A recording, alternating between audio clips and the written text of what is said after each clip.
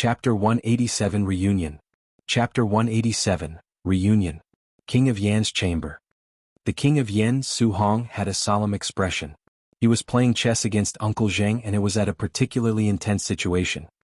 The guards Lu Yu and Yu Qihua stood at the side, standing watch over the both of them with sharp gazes. Uncle Zheng, Lu Yu and Yu Qihua were the oldest and most loyal three in the Su family. They never left even when the Su family was at its lowest and was almost annihilated. Young master, you aren't young anymore. Are you really planning to continue wasting your time like this and not get married? After 4 years, Uncle Zheng looked much older. However, his eyes were still clear and exuded the glint of wisdom. In private, everyone addressed each other no differently from before. Su Hong remained silent. Young master, the bloodline of the Su family has to continue, Uncle Zheng persuaded again. With a sharp slap, Su Hong put down a chess piece and pointed to the chessboard with a smile. Uncle Zheng, if you get distracted again, you're going to lose. Seeing that Su Hong clearly did not wish to talk about it, Uncle Zheng gave a bitter smile and sighed. I'm not as energetic as before. I'm old now. Right then, a burst of laughter came out outside and Song Chi's voice rang. Young master, Mr. Cheng. Guess who's here? The door to the King of Yan's chamber was closed. Su Hong and the rest could only see vague shadows, but they could not see the appearance of the visitors. When he heard that, Su Hong shook his head and smiled. What's there to be mysterious about? Who could it be? Uncle Zheng went silent for a moment. A thought struck him as he whispered, could it be the second young master or Miss Xiaoning wouldn't have time to return since she's on the path to immortality cultivation. As for Zimo, there was a look of worry in Su Hong's eyes. I don't know where that lad has gone off to. I haven't seen him in 2 years. Big brother, I'm back. One of them pushed the door open. He was dressed in green and carried a scholarly aura around him, looking refined and graceful. It was none other than Su Zimo. Second young master. It really is the second young master. Lu Yu and the others revealed looks of joy as they broke into laughter. Zimo? Su Hong's eyes sparkled. He stood up slowly and walked forward, sizing Su Zimo from head to toe. As much as he tried to control himself, he could not conceal the excitement in his heart. While Su Hong was sizing him up, Su Zimo was looking at Su Hong as well. After 2 years, Su Hong did not seem to have changed much. Back when he had failed to assassinate the King of Yan, he was disheartened and his hair turned white overnight. At first glance, he looked like a venerable old man. In fact, Su Hong was only 34 this year.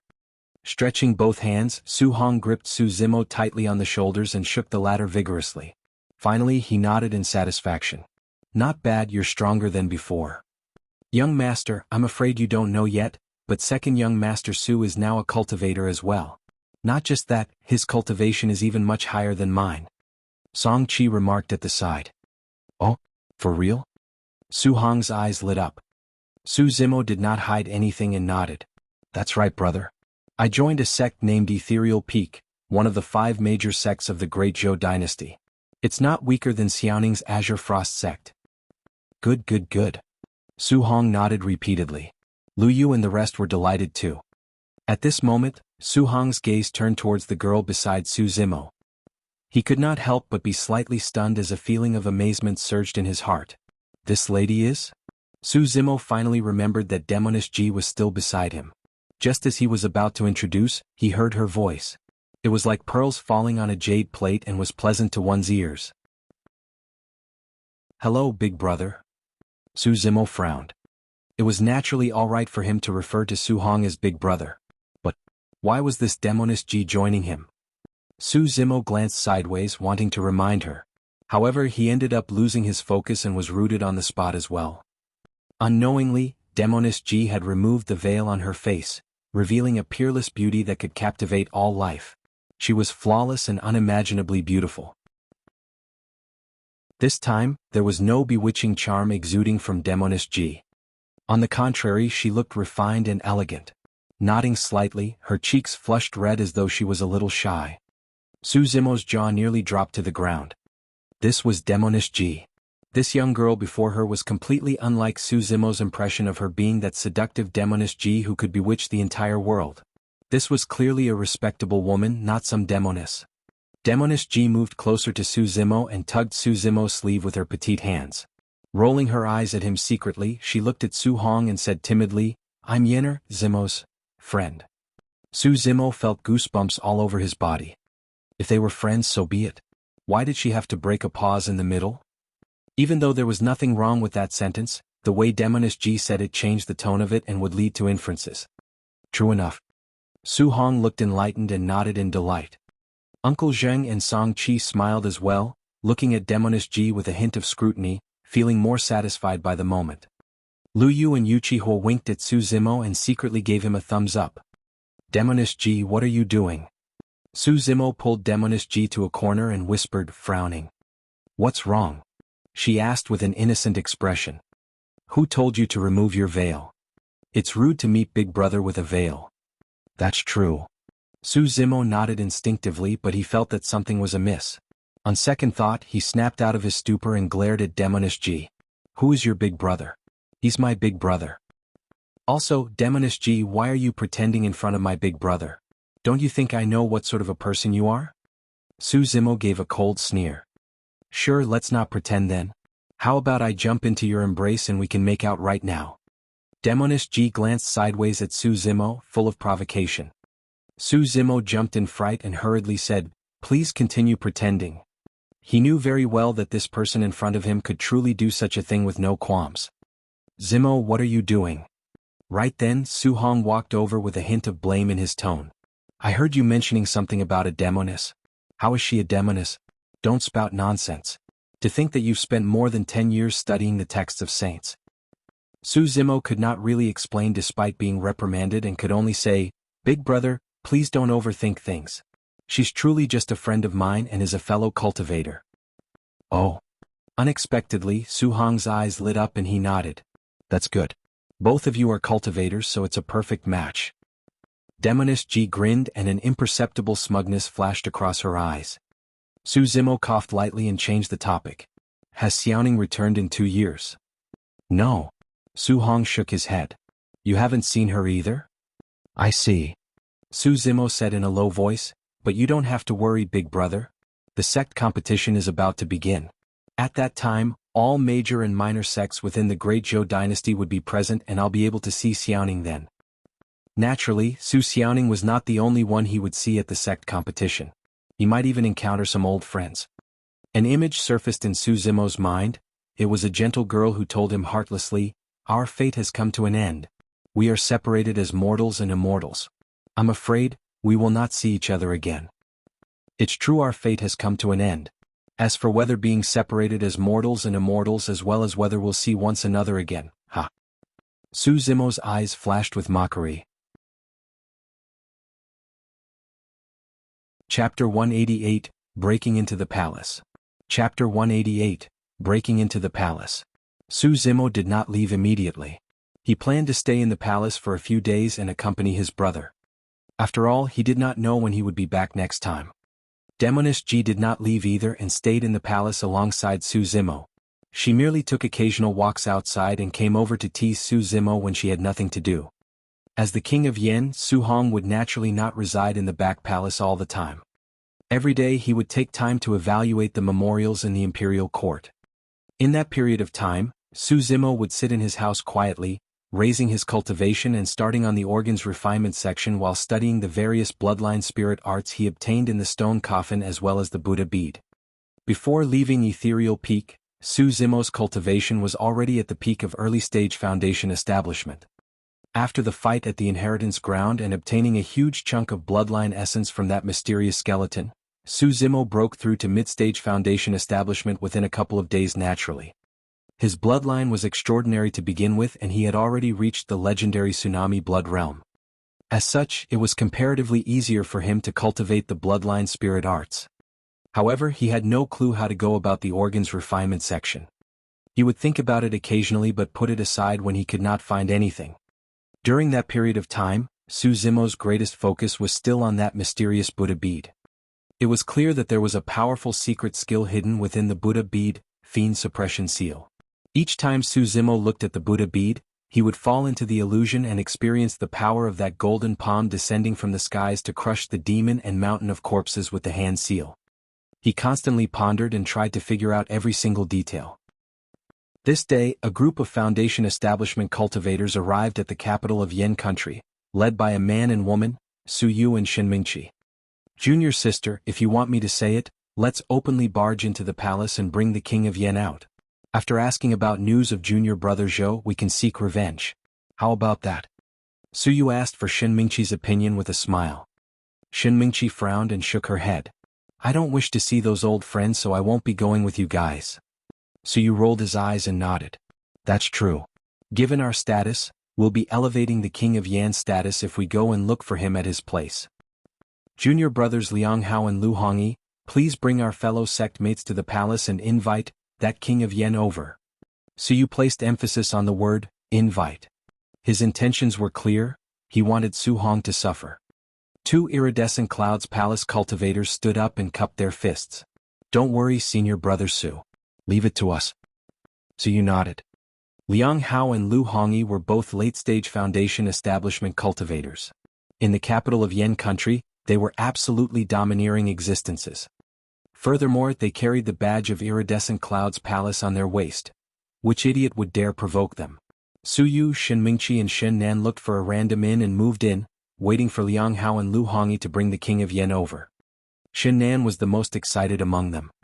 In the 2 years since Su Hong was conferred king, he had been on tenterhooks, afraid that the Su family would seek revenge on him one day. Now he no longer had to be afraid. After Su Hong's court session of the day, he headed for the back palace. When he reached Su Zimo's door, he realized that it was tightly shut. Pausing for a slight moment, he did not knock and instead turned to leave. He gathered that Su Zimo was probably in seclusion and did not disturb the latter. Upon returning to his chamber, Su Hong continued to read the account memorials. Not long after, there was a sudden commotion outside the door. Who's there? Ah. Sounds of fighting and screaming could be heard vaguely. It was as if someone had barged into the palace and headed straight for the chamber. Oh. Su Hong frowned, his expression calm and composed. Lu Yu and Yu Qihua exchanged glances and quickly stood in front of Su Hong, whispering, "Young master, leave from the back." Song Qi stood up and retrieved a flying sword from his storage bag. He shook his head with a solemn expression. It's most likely too late to leave. Snap. Just as he said that, the door to the chamber was smashed apart by a tremendous force. More than 10 cultivators barged in with large strides, their heads reared with an imposing aura. Song Qi looked at them and could not help but feel shocked, his breathing stagnated. Foundation establishment cultivators. There were more than 10 cultivators, all of them Foundation establishment cultivators. The two people leading them were even at late-stage Foundation establishment. The power they possessed was almost enough to destroy a vassal state. When did Yan country offend such a faction? Song Qi's thoughts raced and he pondered, it makes no sense. We rarely have any interaction with cultivators, so we couldn't have offended these people. His gaze landed on the badge on the waist of the Foundation establishment cultivators. Iridescent Clouds Palace. One of the 5 major sects, Iridescent Clouds Palace. This was big. Song Qi forced himself to remain calm as he revealed a smile and said in a deep voice, "Fellow seniors of Iridescent Clouds Palace who have come to visit the capital, please forgive us for being impolite and failing to welcome all of you." Liang Hao did not even bother to look at Song Qi. His head was raised, his nostrils facing the skies as he looked around. Finally, his gaze landed on Su Hong in the middle as he asked with raised brows, "You're the king of Yan, Su Hong?" "I am." Su Hong stood up slowly with a calm expression. He pushed Lu Yu and Yu Qihua aside, facing Liang Hao and the rest directly. Fu. Lu Hongyi's lips curled into a cynical smile. He laughed lightly. The ignorant are truly fearless. You can stay calm now, but I wonder if you'll roll in your pee out of fear later on. May I know why you guys have barged into the palace of Yan country? Su Hong's tone was calm and composed, neither overbearing nor servile. Why? Liang Hao's expression darkened and he suddenly shouted, "Su Hong, how bold of you! Kneel down when you see immortals of the Iridescent Clouds Palace." His voice was deafening, reverberating in the chamber strongly. It was as if there was really an immortal looking down on all life and questioning loudly. Mortals aside, even Song Qi's expression was slightly pale. His chest felt stuffy and his heart raced. Su Hong raised his head and suddenly smiled. "Why should I kneel? You're indeed ignorant. It seems like you're someone who won't cry until you see the coffin. I've got to let you suffer for a bit. Lu Hongyi declared sinisterly with a malicious expression.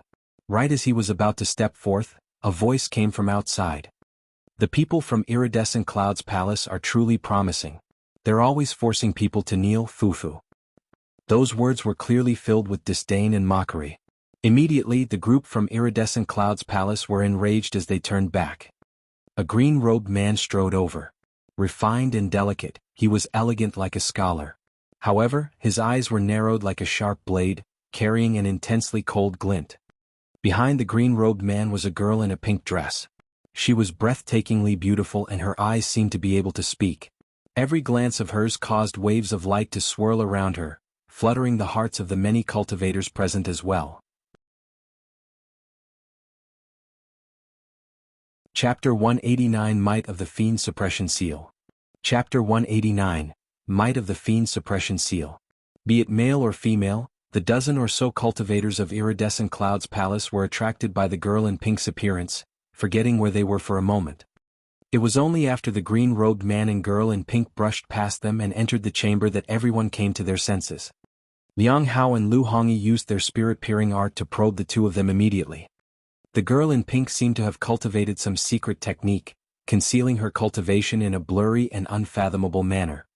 There was nothing special about the green-robed cultivator. He was a mid-stage foundation establishment cultivator. Liang Hao and Lu Hongyi sneered to themselves. When both of them saw that neither the green-robed cultivator or girl in pink had any identity badges, they assumed that these must be itinerant or minor sect cultivators and there was nothing to be afraid of. The moment they saw the girl in pink, be it Liang Hao or Lu Hongyi, both harbored a thought. They wanted to show off their strength and vie for the girl in pink's attention. The green-robed cultivator and girl in pink were naturally Su Zimo and Demoness Ji. Su Zimo walked into the chamber and swept his gaze. Upon seeing that no one was injured, the killing intent in his eyes lessened slightly. Even though Song Qi did not say anything, he kept giving Su Zimo a meaningful glance to remind him that his opponents were of a higher cultivation realm. Furthermore, they were from Iridescent Cloud's palace and were strong with a powerful backing. Worry flashed in Su Hong's eyes when he saw Su Zimo appearing as well. Su Zimo merely smiled and nodded to Su Hong, Song Qi and the rest, indicating for them to be at ease. He found a random chair and sat down calmly without even glancing at the group from Iridescent Cloud's palace. Liang Hao and the rest were furious when they saw how arrogant Su Zimo was despite his lower cultivation. "Were you the one who spoke just now?" Liang Hao glared at Su Zimo fixedly and asked coldly. "Yes." Su Zimo lowered his head and pressed his middle finger against his thumb, rubbing it lightly as he replied expressionlessly. Liang Hao narrowed his eyes and said icily, "In that case, do you have any objections if I get Su Hong to kneel down?" Su Zimo raised his head and looked askance at Liang Hao, asking with a smile, "Are you worthy? You must be courting death." Liang Hao's fingertips moved in an incantation gesture, and the spirit energy in his dantian burst out, forming a long sword out of thin air. This was one of the more ordinary spirit techniques in the cultivation world, the condensing sword art. Using rich spirit energy as a foundation, a long sword was condensed. However, its sharpness was no weaker than a spirit weapon. Furthermore, its aura was terrifying and emitted a suppressive force. Right then Su Zimo moved as well. His mind flashed repeatedly with the shocking scene he had witnessed when he delved into the illusion of the Buddha bead. Subconsciously, Su Zimo's middle finger and thumb pressed together to form a weird hand seal. The secret skill hidden in the Buddha bead, Fiend Suppression Seal. At that moment, the spirit energy in his dantian circulated crazily and continuously surged into the newly formed hand seal. The speed was too fast. The Fiend Suppression Seal was like a bottomless pit, absorbing the spirit energy in Su Zimo's dantian constantly like a whale swallowing a cow. Su Zimo had a feeling that if he did not make a move, the Fiend Suppression Seal could even absorb his spirit energy entirely without a single drop left. The more powerful the spirit art, the greater the consumption of spirit energy. Right now, Su Zimo was at mid-stage foundation establishment. Due to the presence of the blood-bone palm, the quality of his spirit energy could even match that of a late-stage foundation establishment cultivator.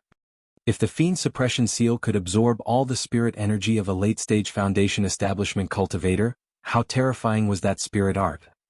Su Zimo did not dare to wait any longer and attacked directly. Boom. There was a deafening sound. Under everyone's watchful eyes, a giant golden palm descended from the sky. Smashing through the heavens, it suppressed all airflow and crushed towards Liang Hao and the others in a repressive manner. At that moment, even those who were not involved felt a sense of trepidation. Pust. Song Qi gasped as his heart trembled. Even though the strike was not aimed at him, he could still feel a suffocating pressure. Demoness Ji watched with an open mouth and widened eyes in disbelief. As the pure maiden of the fiend sects, she naturally had a sharp eye. The power of this spirit art before her was far beyond her imagination. Ethereal peak aside, even the fiend sects that had survived through the ancient times did not have many spirit arts of this level. Liang Hao and Lu Hongyi, who were situated beneath the fiend suppression seal, were horrified. They looked up with widened, bloodshot eyes and shuddered in fear. Both of them could see clearly. The patterns on the golden palm were clearly visible, as though they were corporeal. It was as if the divine god's palm carried with it a supreme might as it came crushing down, seeking to destroy all living things. Everyone help me. The fiend suppression seal descended extremely quickly and encompassed a large area. Liang Hao did not have time to dodge and could only roar loudly. Beside him, Lu Hongyi was also the first to bear the brunt. At that moment, the two of them had an illusion. They did not seem to be facing a mid-stage foundation establishment cultivator. Instead, it was a perfected foundation establishment cultivator who had unlocked multiple meridians. Liang Hao did not even have time to stab at Su Zimo using the spirit sword he had just conjured. He could only use all his strength to stab at the golden palm above him. Kill? On the other side, Lu Hongyi also burst out with a spirit art. A huge mirror covered the both of their heads, glistening with a watery surface as though it could withstand all power. Even though the remaining 10 iridescent clouds palace cultivators were not enveloped by the golden hand seal, they hurriedly rendered their assistance seeing their two senior brothers in need. Instantly, flying swords with cold auras intertwined with one another as spirit arts were released. There was only one goal, the descending golden hand seal. Snap. Liang Hao's spirit sword was the first to snap. Against the golden hand seal, it was like a mere chicken that could not withstand a single blow. Bang, bang, bang, clang, clang, clang. The flying swords and spirit arts of the iridescent clouds palace cultivators struck the golden hand seal and it trembled, dimming its golden light considerably. Even so, the golden hand seal continued to crush down. It made contact with the spirit mirror Lu Hongyi conjured. Piak. The ripples on the surface of the spirit realm instantly coagulated as they shattered, dissipating their spirit energy. Liang Hao and Lu Hongyi panicked. They quickly took out a protective talisman from their storage bags and crushed it. A light dome appeared around them. Crack, crack, crack. In the blink of an eye, cracks appeared on the surface of the light dome and spread rapidly. Bang. The protection talismans had failed. Liang Hao and Lu Hongyi could not endure the burden and spat out a mouthful of blood as though they were struck by lightning. Their faces were pale and dispirited. Right after, their legs buckled and they fell to their knees with a plop. The impact nearly shattered their knees, causing their faces to squeeze together in pain. The golden hand seal dissipated as well after receiving that much of an impact. It was completely silent within the chamber. No one had expected this. Demoness Ji knew that Su Zimo was terrifying in his melee combat ability. However, she had not expected that he would be able to unleash such domineering powers in terms of cultivation techniques as well. The two late-stage Foundation establishment cultivators were seriously injured and lost their combat power. The remaining 10 iridescent clouds palace cultivators were not enveloped by the fiend suppression seal after all. Since they only attacked by the side, they were not injured. Even so, they had expended quite a bit of spirit energy as they looked at Su Zimo with frightful eyes.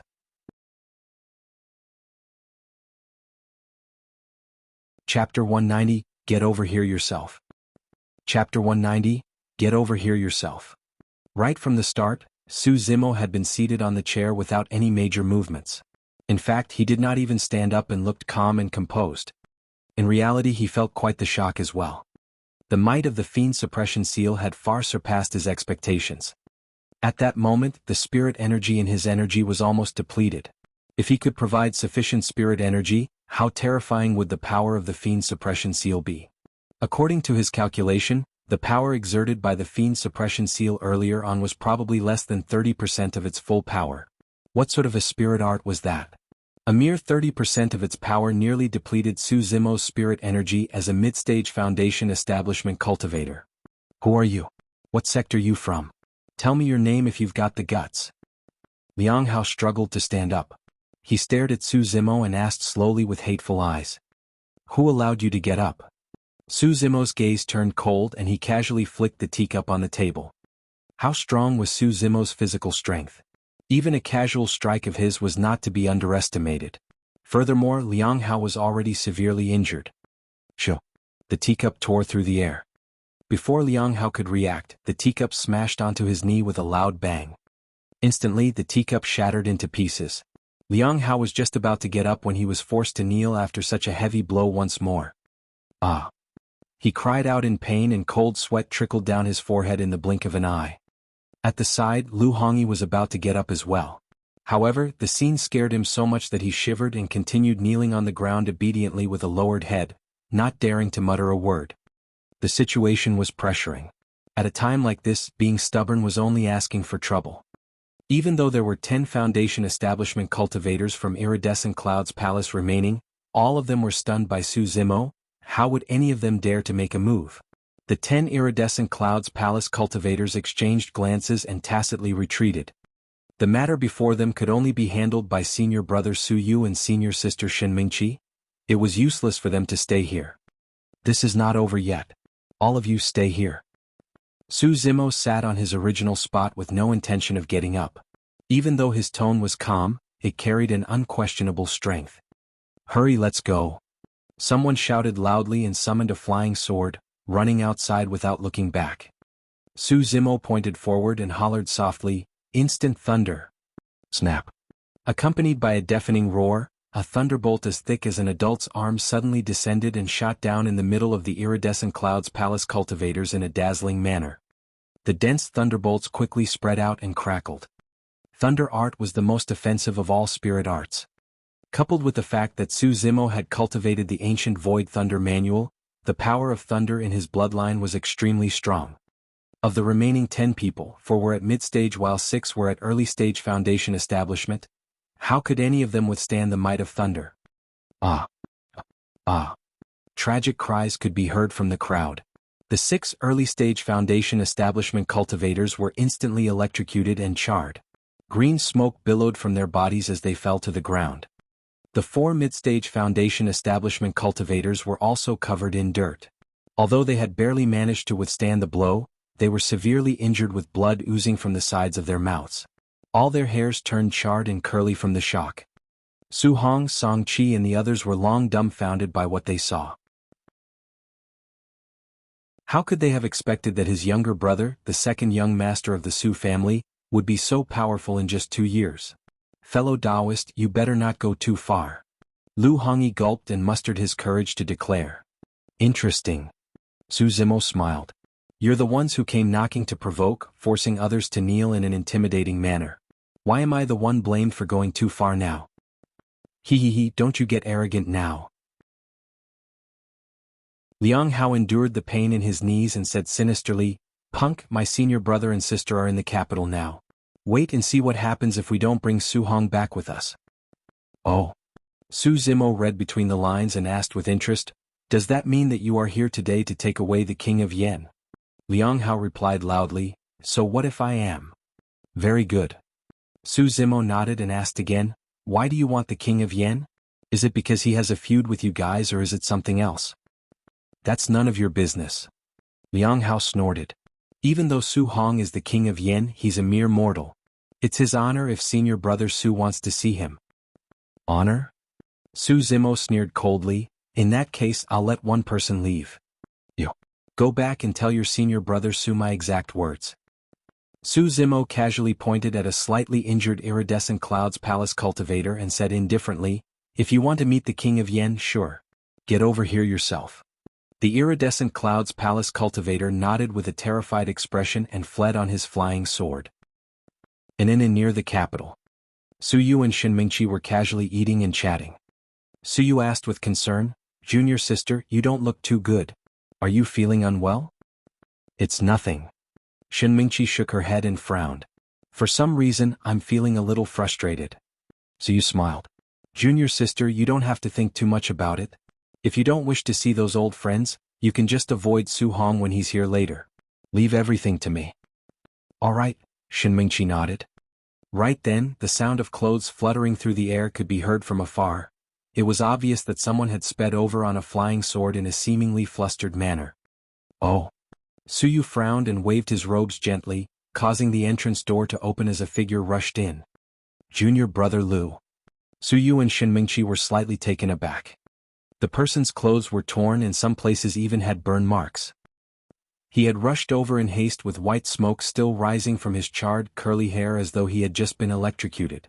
Junior brother Lu, how could you be so careless to be struck by lightning? Suyu frowned and berated. You're an immortal cultivator and yet you don't even know how to dodge lightning. Look at you, how inappropriate. The cultivator with the surname Lu was about to land from his flying sword. When he heard that, it triggered his internal injuries and he spat out a mouthful of blood, falling headfirst onto the ground. So you went forward and helped him up. Oh. His expression changed, he could sense the fluctuations of a spirit art from this person's body. Your injuries were caused by a thunder art? So you asked with furrowed brows. Lu finally managed to catch his breath and nodded. Senior brother Su, something has happened. He quickly recounted what happened in the palace, even relating Su Zimo's statement word for word. Humph, what big words. A mere mid-stage foundation establishment cultivator and he dares to get so cocky with me? Su Yu's expression darkened as he asked, what's his name? What sect does he belong to? I don't know. Lu shook his head.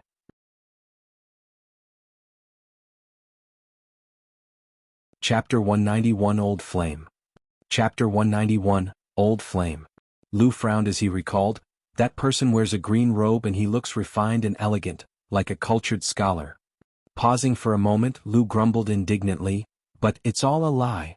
Who would have thought that the frail scholar would be this powerful? He was so terrifying when he attacked.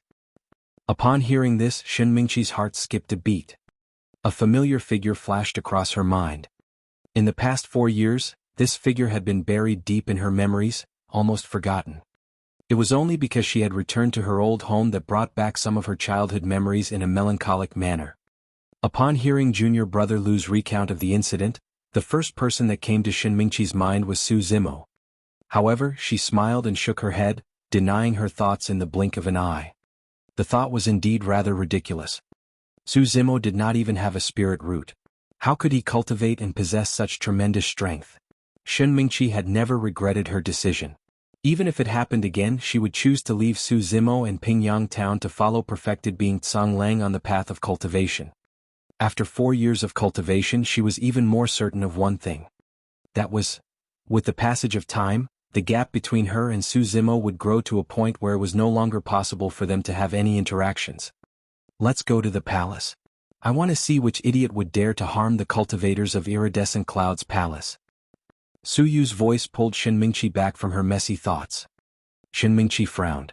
Senior brother Su, even though the person is at mid-stage foundation establishment, he has the strength to take down late-stage foundation establishment cultivators. We mustn't be careless. I see. So you smiled. Don't worry, junior sister. I know my limits. According to junior brother Lu's description, this person must have obtained a high-quality spirit art and made use of that to defeat Liang Hao and the others. Shenmingqi nodded. However, the higher the quality of the spirit art, the more spirit energy it would consume. Su Yu smirked coldly and continued, if I'm not wrong, that person should be almost drained of spirit energy. He won't be able to recover much in this period of time. He is now at his weakest. Senior brother Su, senior sister Shen, let's not delay any further and move now. I see.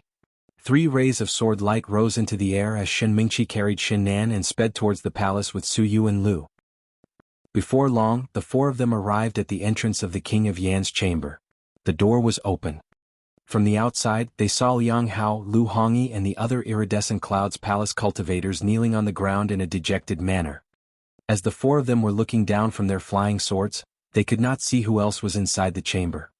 Withdrawing their flying swords, Su Yu and the others descended at the entrance of the chamber and looked inside.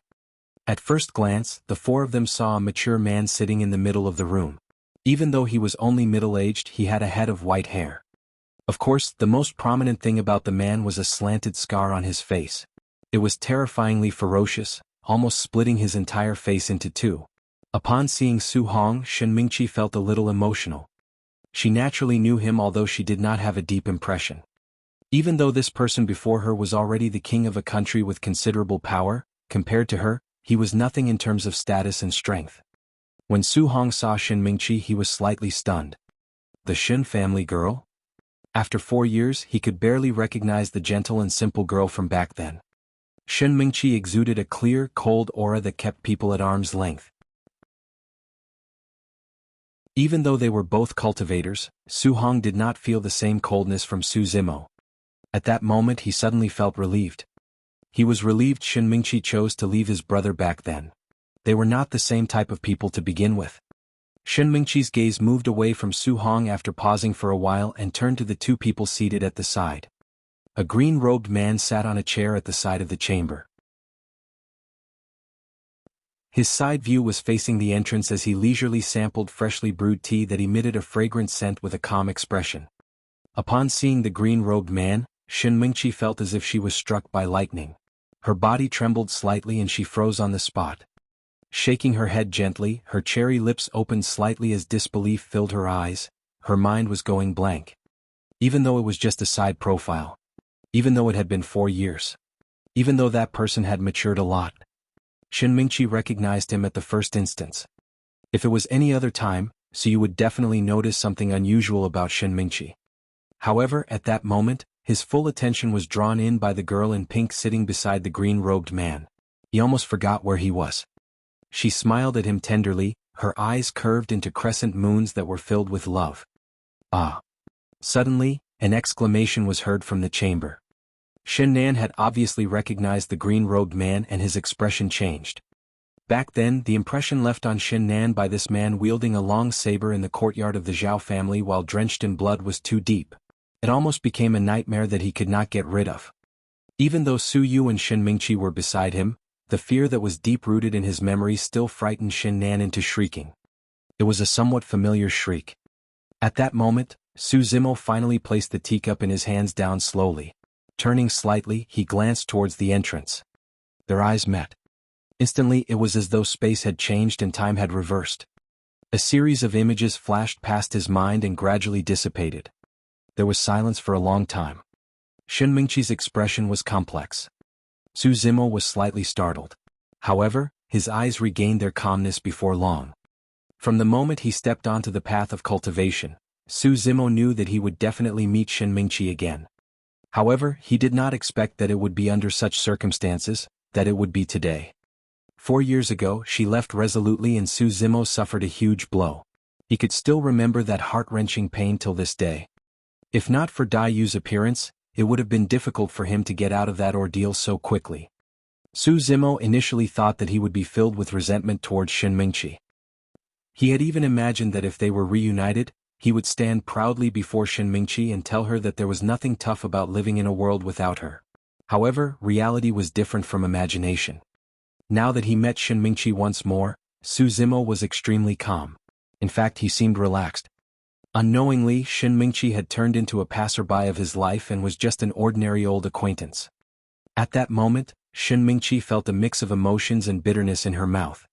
It had been 4 years. He did not seem to have changed much. He was still dressed in green and exuded a scholarly air. However, Shen Mingqi had just used her spirit-peering art and could naturally tell that Su Zimo was now a cultivator. Furthermore, he was a mid-stage foundation establishment cultivator. How could that be? The atmosphere within the chamber suddenly became strange. The disciples of Iridescent Cloud's palace were kneeling on the ground, looking extremely miserable and perplexed. For some reason, Senior Sister Shen looked distracted and confused after she entered the chamber and caught sight of that green-robed cultivator. It was the same for Senior Brother Su, who was staring at the girl in pink. No one was bothered about them at all.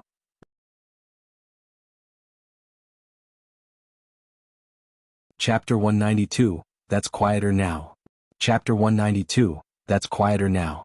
Even though Su Zimo looked calm and composed without much emotion, Demoness Ji noticed something unusual nevertheless.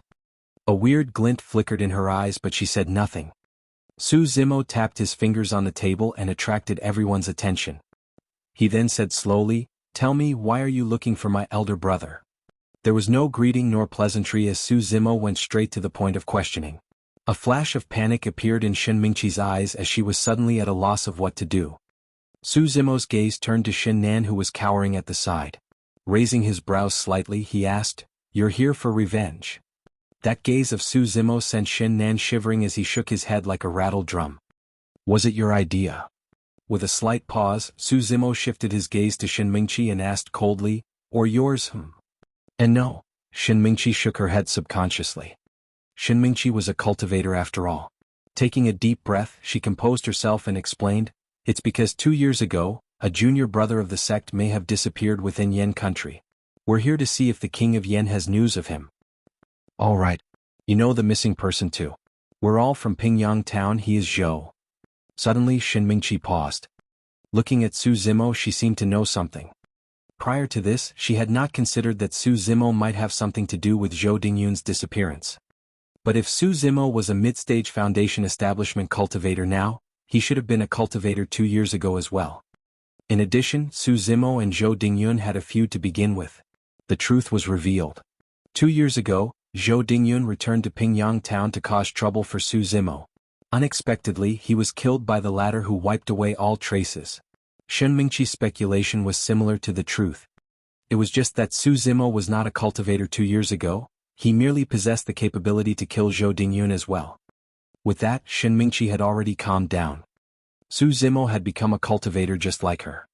However, his spirit root and endowment were inferior to hers. Furthermore, he had not joined any major sects and his future achievements would never ever match hers. In Iridescent Cloud's palace, she made friends with geniuses of the cultivation world. As for Su Zimo, he did not have any backing or power. He would only be able to hang out at the bottom rung of the cultivation world and die at any moment.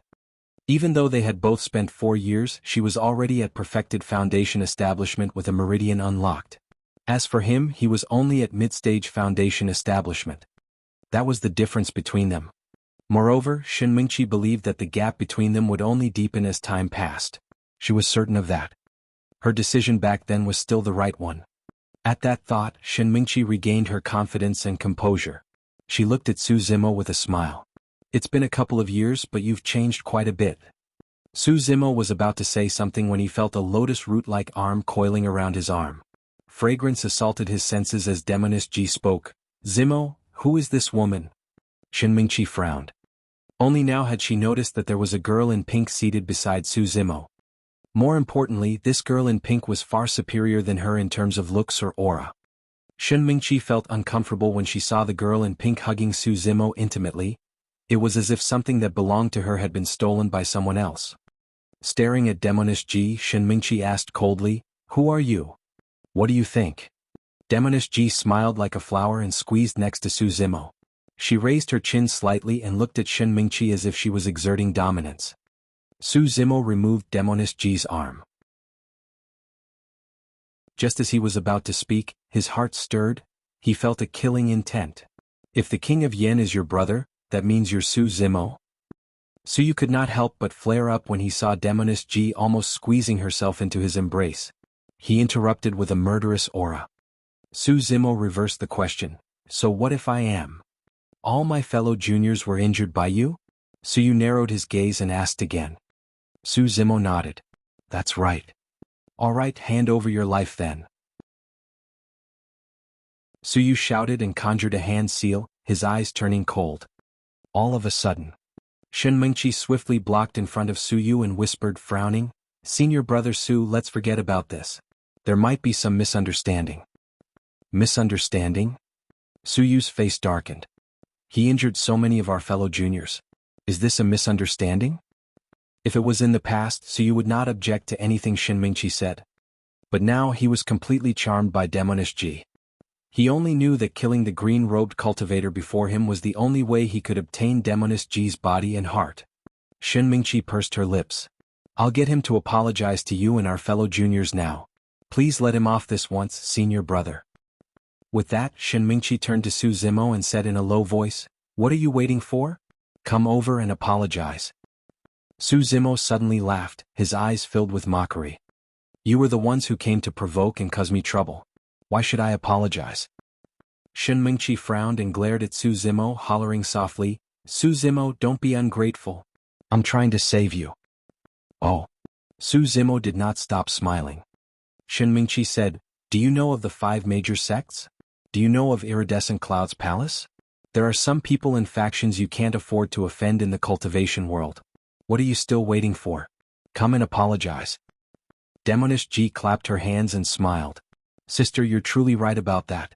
There are truly some people and factions you can't afford to offend in the cultivation world. Fufu. Suyu laughed icily, Junior sister, an apology has to be sincere. I'll only let Su Zimo off if he kneels and kowtows 3 times in front of me. In Suyu's opinion, humiliating Su Zimo in front of the girl in pink might produce an even better effect than killing him. Senior brother, isn't that a little overboard? Shen Mingqi frowned slightly. Humph. Suyu replied coldly, that's not all. Su Zimo is not the only one who should be kneeling and apologizing. His brother has to do it as well. Senior brother, I'm begging you. Let this matter. This matter is non-negotiable. At this moment, Su Zimo suddenly stood up and walked towards Suyu expressionlessly. Thinking that Suyu had compromised and was about to apologize, Suyu could not help but laugh smugly. Haha, at least you know your place. How annoying. Su Zimo came in front of Suyu and said. Suddenly he reached out and grabbed Suyu's throat with lightning speed. Su Zimo squeezed hard. Crack. The sound of bones cracking echoed as Suyu's eyes turned bloodshot and almost popped out of their sockets, looking at Su Zimo in disbelief. He had not expected that Su Zimo would dare lay a hand on him. More than that, he had not expected that Su Zimo would dare kill him. Furthermore, there were no chances given at all, it was a sure kill strike. Su Zimo released his grip and heaved a long sigh of relief, muttering softly, that's quieter now. Suyu's head tilted and fell to the ground in a thud. He was dead. A dead silence took over the chamber. Complete silence.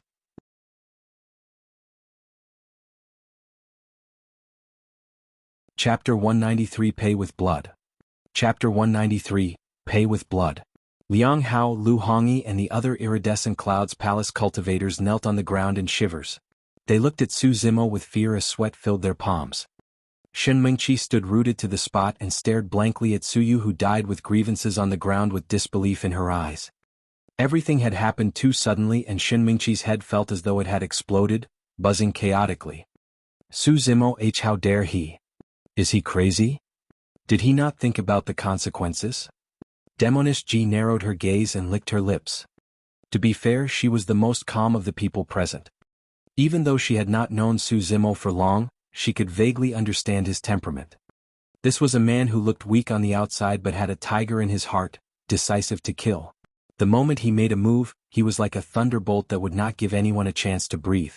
Even the fiend heir of malevolent earth sect was killed by him, let alone a mere cultivator of Iridescent Cloud's palace who was yapping incessantly without fear. Su Zimo, do you know what you're doing? Do you know how much trouble you've caused? Shen Mingqi glared at Su Zimo, looking agitated as she questioned loudly. Su Zimo smiled nonchalantly. That made Shen Mingqi even angrier. She clenched her fists and shouted, I didn't expect you to still be so immature after 4 years. You're a cultivator. Even if you can escape, have you ever thought about your brother who will still be in the capital of Yen country? Have you considered that you would implicate your family? Su Zimo glanced sideways and waved his sleeves. A golden silk cloth floated over from the table in front of Su Hong. It emitted a faint authority as if the emperor had descended and was inspecting the world. The imperial edict. Shen Mingqi and the others recognized the origin of that golden silk cloth immediately and were shocked. The status of the Emperor of Great Zhou was much higher than theirs. Su Zimo replied indifferently, My brother has the imperial edict with him. Anyone who dares goes against him is going against the Great Zhou dynasty, making an enemy of the Emperor. Everyone from Iridescent Cloud's palace fell silent.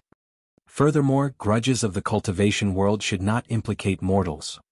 Pausing for a moment, Su Zimo swept his gaze across everyone from Iridescent Cloud's palace and finally fixed it on Shen Mingqi, saying slowly, Whoever dares lay a hand on my brother and break the rules first, I'm sorry. I'll have them pay with blood. As soon as he finished speaking, a torrential murderous aura burst out from Su Zimo's body, almost materializing. It caused everyone's hearts to tremble. The temperature in the chamber plummeted. Liang Hao and the others trembled. They quickly avoided Su Zimo's gaze, not daring to look him in the eye. In Shen Mingqi's eyes, Su Zimo had suddenly become an extremely unfamiliar person. Someone that she did not know at all. This wasn't a frail scholar. This was clearly a fiend celestial from hell, a bloodthirsty and violent ancient demon. That feeling was fleeting, as if it was an illusion. In the cultivation world, while there was no official rule, many cultivators had a tacit understanding that they would not involve mortals in their grudges. Shen Mingqi took a deep breath and composed herself before continuing, "All right, even if your brother is safe, you'll have to account for killing a disciple of Iridescent Cloud's palace. From now on you'll be running away from home, living in fear every day. Is this what you want?" Su Zimo smiled, looking at Shen Mingqi calmly, and asked, "Who said that I'll be homeless? You still refuse to come to your senses." Shen Mingqi looked at Su Zimo in disappointment. Iridescent Cloud's palace is one of the 5 major sects in the Great Zhou dynasty. As long as you're within the borders of the Great Zhou dynasty, who can protect you? Which sect will dare take you in? Su Zimo, wake up. Piak. Right then, Su Zimo took out a long badge from his storage bag and tossed it at the table beside him. "I forgot to mention, I'm a disciple of Ethereal Peak. It's no big deal killing someone from Iridescent Cloud's palace. Ethereal Peak will naturally protect me." Shen Mingqi stared intently at the identity badge on the table. Biting her cherry lips, she stood there in a daze. Everything she was prepared to say could no longer come out of her mouth. Ethereal Peak. It had been 4 years, but Su Zimo had actually joined one of the 5 major sects as well, Ethereal Peak. From the moment she saw Su Zimo, Shen Mingqi had been looking down at him condescendingly. All of a sudden, Shen Mingqi realized that Su Zimo had everything she relied on as well. Her pride seemed to have turned worthless. In that 4 years, the gap between them had not increased. Instead, it shrank. What comforted Shen Mingqi slightly was that she was still higher than Su Zimo in terms of cultivation realm. "I'll be at Ethereal Peak. Whoever wants revenge, come. I'll take you on." Su Zimo's tone was calm, as if he was talking about a trivial matter. After a brief silence, Shen Mingqi gave Su Zimo a complicated look. She turned around and said, "Let's go back to the sect." With that, she walked over to Liang Hao and Lu Hongyi, wanting to help them up. Both of them eyed Su Zimo warily. Seeing that the latter was expressionless and did not object, they endured the pain and stood up. The group from Iridescent Cloud's palace supported one another and left the King of Yan's chamber. A breeze brushed past them and they felt a chill. Unknowingly, all of them had broken out in cold sweat. It was only when they walked out the door that everyone heaved a sigh of relief. They felt as though they had survived a disaster. Even though they were all Foundation establishment cultivators, for some reason, all of them felt a tightness in their chest against Su Zimo. It was as though there was a menacing pressure that prevented them from breathing. Shen Mingqi said to everyone from Iridescent Cloud's palace in a low voice, "Leave the palace first. I'll be right after." "Senior Sister Shen, don't fight with that Su Zimo anymore? What if? Lu Hongyi's heart skipped a beat as he hurried to persuade her. Everyone else nodded in agreement with fright in their eyes. It would be fine if Shen Mingqi won. But if she lost, they were worried that they would be implicated and lose their lives here as well. "Senior Sister Shen, let him off this time. There will be many opportunities to take his life in the future." Another person tried to persuade while encouraging Shen Mingqi at the same time. "Don't worry, I'll be right back. I won't fight with him." Shen Mingqi let out a reassuring smile and turned back. Coming in front of Su Zimo, Shen Mingqi stared at him and said coldly, "Come out. I have some things to say to you." With that, Shen Mingqi turned and walked out. Shen Mingqi's tone made Su Zimo frown. "What's the matter that's so mysterious that you have to hide it from me?" Demonish Ji's eyes darted between Su Zimo and Shen Mingqi as she asked meaningfully. Clang, clang. Right then, Su Zimo knocked his fingers on the table. "If you have anything, you can say it here." Su Zimo did not get up as he lowered his eyes and said calmly.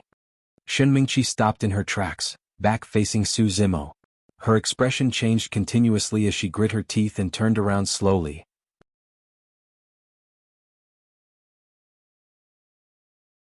Chapter 194 Frog in the Well. Chapter 194 frog in the well. Shen Mingqi said, "Thank you for not being calculative with my brother and sparing his life." Su Zimo replied, "Thank you for your reminder back then. Take that as a favor paid." Upon seeing this, everyone from the Su family felt emotional. They watched Su Zimo and Shen Mingqi grow up together. The two of them were once childhood sweethearts. After seeing one another 4 years later, there was no joyful reunion nor deliberate avoidance. It was merely a polite exchange of indifferent thanks. Of course, Shen Mingqi was the only one who understood the meaning of their conversation. Everyone else was confused and did not know what was going on. Before they parted 4 years ago, Shen Mingqi caught up with Su Zimo and said something. Among it, she said, "Zhou Dingyun and I will be leaving Pingyang town with the perfected being tomorrow." It seemed like it was nothing, but if one thought about it carefully, they would realize that there was no need to mention Zhou Dingyun. At that time, perfected being Tsang Lang was in midair and Shen Mingqi did not dare to make her reminder too obvious. However, she believed that given Su Zimo's intelligence, he would definitely be able to read between the lines. The facts proved it as well. After Su Zimo returned to his home, he pretended to be drunk and successfully bewitched Zhou Dingyun, scaring the latter off. Of course, even without Shen Mingqi's reminder, Zhou Dingyun might not have succeeded with Dai Yu around. After a brief silence, Shen Mingqi asked, "Did you kill Zhou Dingyun?" "Yes." Su Zimo did not choose to hide the truth. He had even killed Su Yu, so he naturally did not care if Zhou Dingyun's death was added to it. "Zimo, even though you're a disciple of Ethereal Peak, I still want to say that you were too rash earlier on." Shen Mingqi said, "If you didn't kill Su Yu, I would have helped you keep Zhou Dingyun's death a secret. At least you won't offend Iridescent Cloud's palace that way. Now that you've killed Su Yu in front of everyone, I can't help you hide this secret even if I wanted to." "Why should you hide it?" Su Zimo asked. "Huh?" Shen Mingqi was momentarily stunned. He replied indifferently, "If I wanted to hide it, the simplest method would be to kill all of you." Shen Mingqi's heart skipped a beat. From Su Zimo's gaze, she had a feeling that he wasn't joking about it. Su Zimo continued, "If I didn't kill you guys, it meant that I have no intention to hide it. So naturally, I'm not afraid of offending Iridescent Cloud's palace." A killing intent flashed through Su Zimo's eyes at the thought of perfected being Tsang Lang. "Furthermore, I've already offended Iridescent Cloud's palace before." Upon hearing this, Shen Mingqi's heart skipped a beat. She seemed to have recalled something and frowned. "Shen Mingqi, are you still thinking of taking revenge on my master?" "Oh? Perfected being Tsang Lang is your master?" Su Zimo smiled faintly and said sarcastically, "How unlucky. Go back and tell him to live his life well. One day I'll personally take his life." "Su Zimo, that's enough." Shen Mingqi was a little agitated and questioned lightly, "You want to kill my master just because of a horse?" "A horse?" Su Zimo stood up slowly. His eyes flickered coldly and a murderous aura emitted from him through just that simple motion. Arriving before Shen Mingqi, Su Zimo stared at her with a piercing gaze that was sharp as knives. Shen Mingqi even had an illusion that Su Zimo's gaze stabbed her. She took a step back subconsciously. At that moment, she had even forgotten that her cultivation was higher than Su Zimo's. He said coldly, "If not for Zhui Feng, I would have died. Your master wanted my life back then." Shen Mingqi couldn't refute him. She had witnessed what happened back then. If Zhui Feng had not been psychic and managed to defend in time, Su Zimo would have been burnt to ashes. Shen Mingqi took a deep breath and raised her head, looking straight in Su Zimo's eyes. "After 4 years you're still arrogant and ignorant as ever. You overestimate your abilities. What right do you have to take revenge on my master as a Foundation establishment cultivator? Yes, you will grow stronger and raise your cultivation with the passage of time. However, master will not remain stagnant either. He will grow stronger too. You will never be able to catch up to him and take revenge." Pausing for a moment, Shen Mingqi scoffed coldly, "Also, I didn't attack you just now because I'm weaker than you. It's because I didn't want to fight you for old time's sake, but don't push your luck. Do you think that you have the strength to defeat me, a perfected Foundation establishment, just because you killed senior brother Su with a sneak attack?" Su Zimo looked at Shen Mingqi calmly. At this distance, he had 100 ways to defeat Shen Mingqi. Sadly, those who were ignorant would never ever know of their ignorance. As though she hadn't had enough, Shen Mingqi continued, "Su Zimo, There are too many geniuses in the cultivation world and there are tons of people stronger than you. You are nothing at all.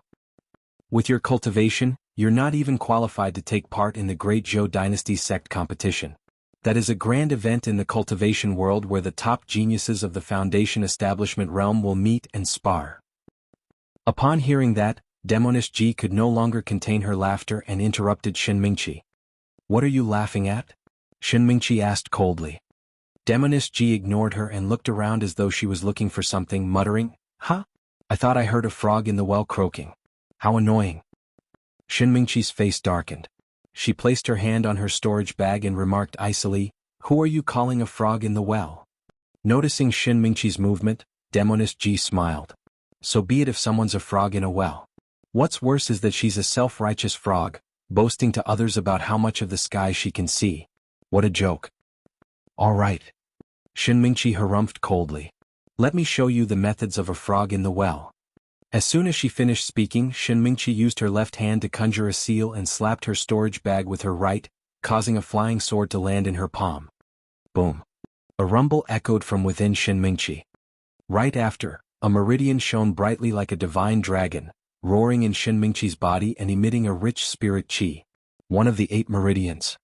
The spirit-peering art could only determine if a cultivator was at perfected foundation establishment, but it could not detect how many meridians they have unlocked. The more meridians that were unlocked, the more spirit energy they had and the stronger they were.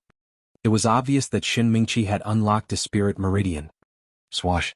The moment Shinmingqi made her move, a pink figure flashed and appeared in front of her. Demoness Ji stuck out her left hand and grabbed the meridian on Shinmingqi's left wrist with lightning speed. Instantly, Shinmingqi's expression changed. Her left arm turned numb and the spirit energy in her meridian turned sluggish, unable to circulate at all.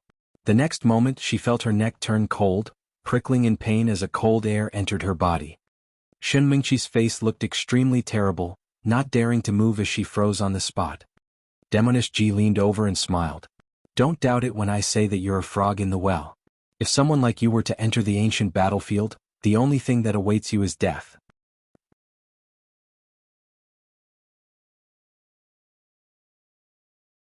Chapter 195, Ancient Battlefield. Chapter 195, Ancient Battlefield. Shinmingqi's face was pale and she panted slightly, not daring to retort. Demoness Ji was smiling in a beautiful manner. However, they were both women and Shinmingqi could sense hostility and killing intent from Demoness Ji. Both of them were strangers and it was impossible for them to have any grudges. There was only one possibility why the girl in pink had a killing intent towards her. It was because of Su Zimo. Shinmingqi's gaze shifted onto Su Zimo. Her emotions were complicated and she actually felt a sense of bitterness. Why? What did Su Zimo have that would make this girl who was superior to her in terms of looks and strength fall for him? In reality, Su Zimo and Demoness Ji's relationship was not what Shinmingqi imagined. However, Su Zimo could not be bothered to explain and there was no need to either. Let her go. Su Zimo said indifferently. Demoness Ji glanced sideways and looked at Su Zimo keenly, a hint of mockery flashing in her eyes as she asked with a smile, "What's wrong? You can't bear it?" Su Zimo frowned. "All right, I'll listen to you." Demoness Ji changed her tone and said sweetly, releasing Shinmingqi and returning to Su Zimo's side, standing coquettishly. Shinmingqi only let out a long breath when she felt the coldness around her neck dissipate. Unknowingly she was already drenched in sweat. After this unforeseen change, Shinmingqi no longer had the face to stay on. She harumphed coldly and turned to leave. Summoning her flying sword, she soared through the air. Turning back, Shinmingqi looked at the set of green robes in the palace behind her with a complicated expression. She had never expected that their reunion after 4 years would be as such. Could she have been wrong back then? If she had not chosen to leave Pingyang town with her master back then, would she have followed Zimo onto the path of cultivation and joined Ethereal Peak together? No, I wasn't wrong. Shinmingqi took a deep breath, her gaze resolute as she muttered to herself, I'll prove myself at the sect competition. I'll prove that my decision back then was the right one. In that grand cultivation event where everyone will be watching, I'll obtain unparalleled glory for the sect and be famous in Great Zhou. I'll be the one entering the ancient battlefield. As for you, you'll just be a spectator below. Outside the King of Yan's chamber, Su Zimo stood at a stone step nearby. Hands behind his back, he stood against the wind as it lifted his black hair gently. Demoness Ji drifted swiftly behind Su Zimo, her eyes burning with curiosity as she asked, "Who was that?" Su Zimo did not seem to have heard anything. "Tisk." She pouted. "I can guess even if you don't tell me. That's your old flame, right?" Su Zimo's expression changed and he glanced sideways at Demoness Ji. "What I'm most curious about now is why she chose to leave you back then." Demoness Ji was puzzled. She held her chin with her hand and frowned. "At least among the younger generation you're already very powerful. I don't think Iridescent Cloud's palace has anyone that can surpass you. Why did that woman choose to leave you? Isn't that a stupid decision?" "I was quite ordinary back then," Su Zimo replied. "I don't believe you." Demoness Ji shook her head. "She must have bad taste." Pausing for a moment, Demoness Ji smiled smugly. "However, that makes me look even more formidable. I picked you right away with my sharp wisdom, hee. Su Zimo did not laugh. Instead he asked, "You've followed me for so long. What exactly do you want?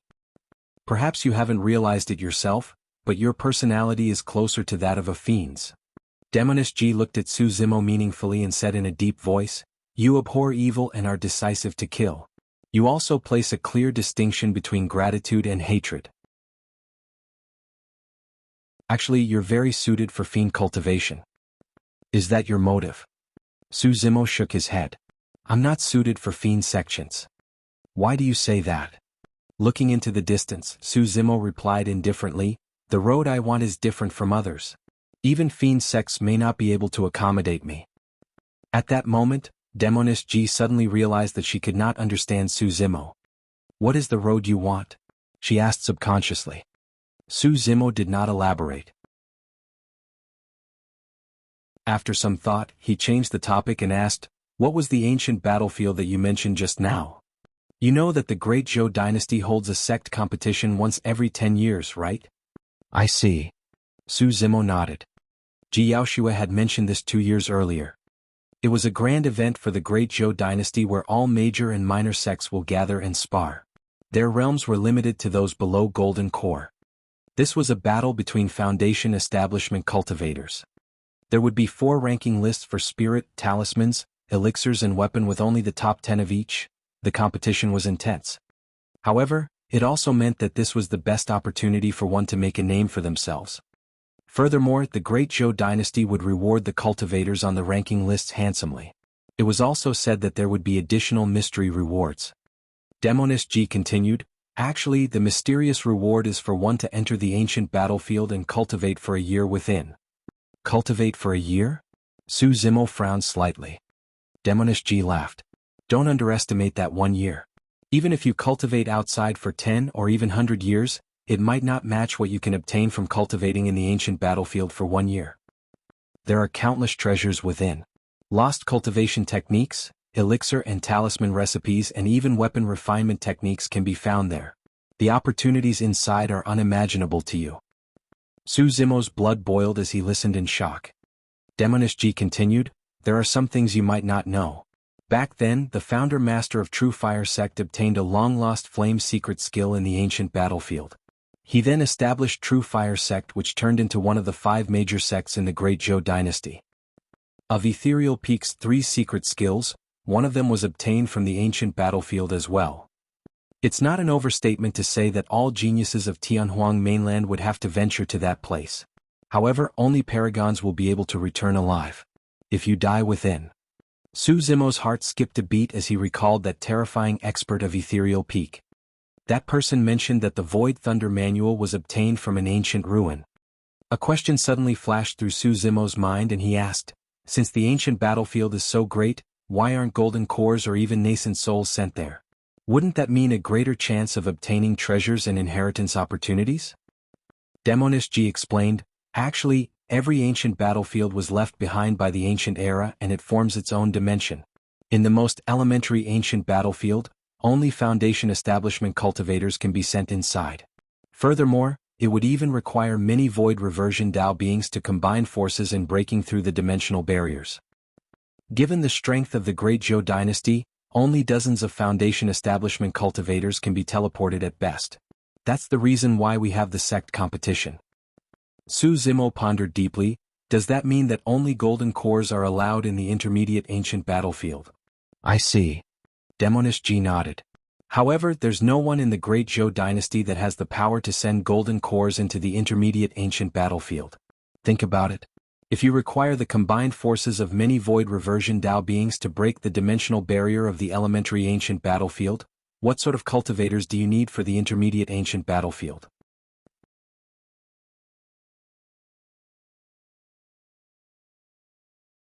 Chapter 196 Farewell. Chapter 196, Farewell. Demonish Ji said, of course if you consider joining the fiend sects, you won't need to worry about such stuff.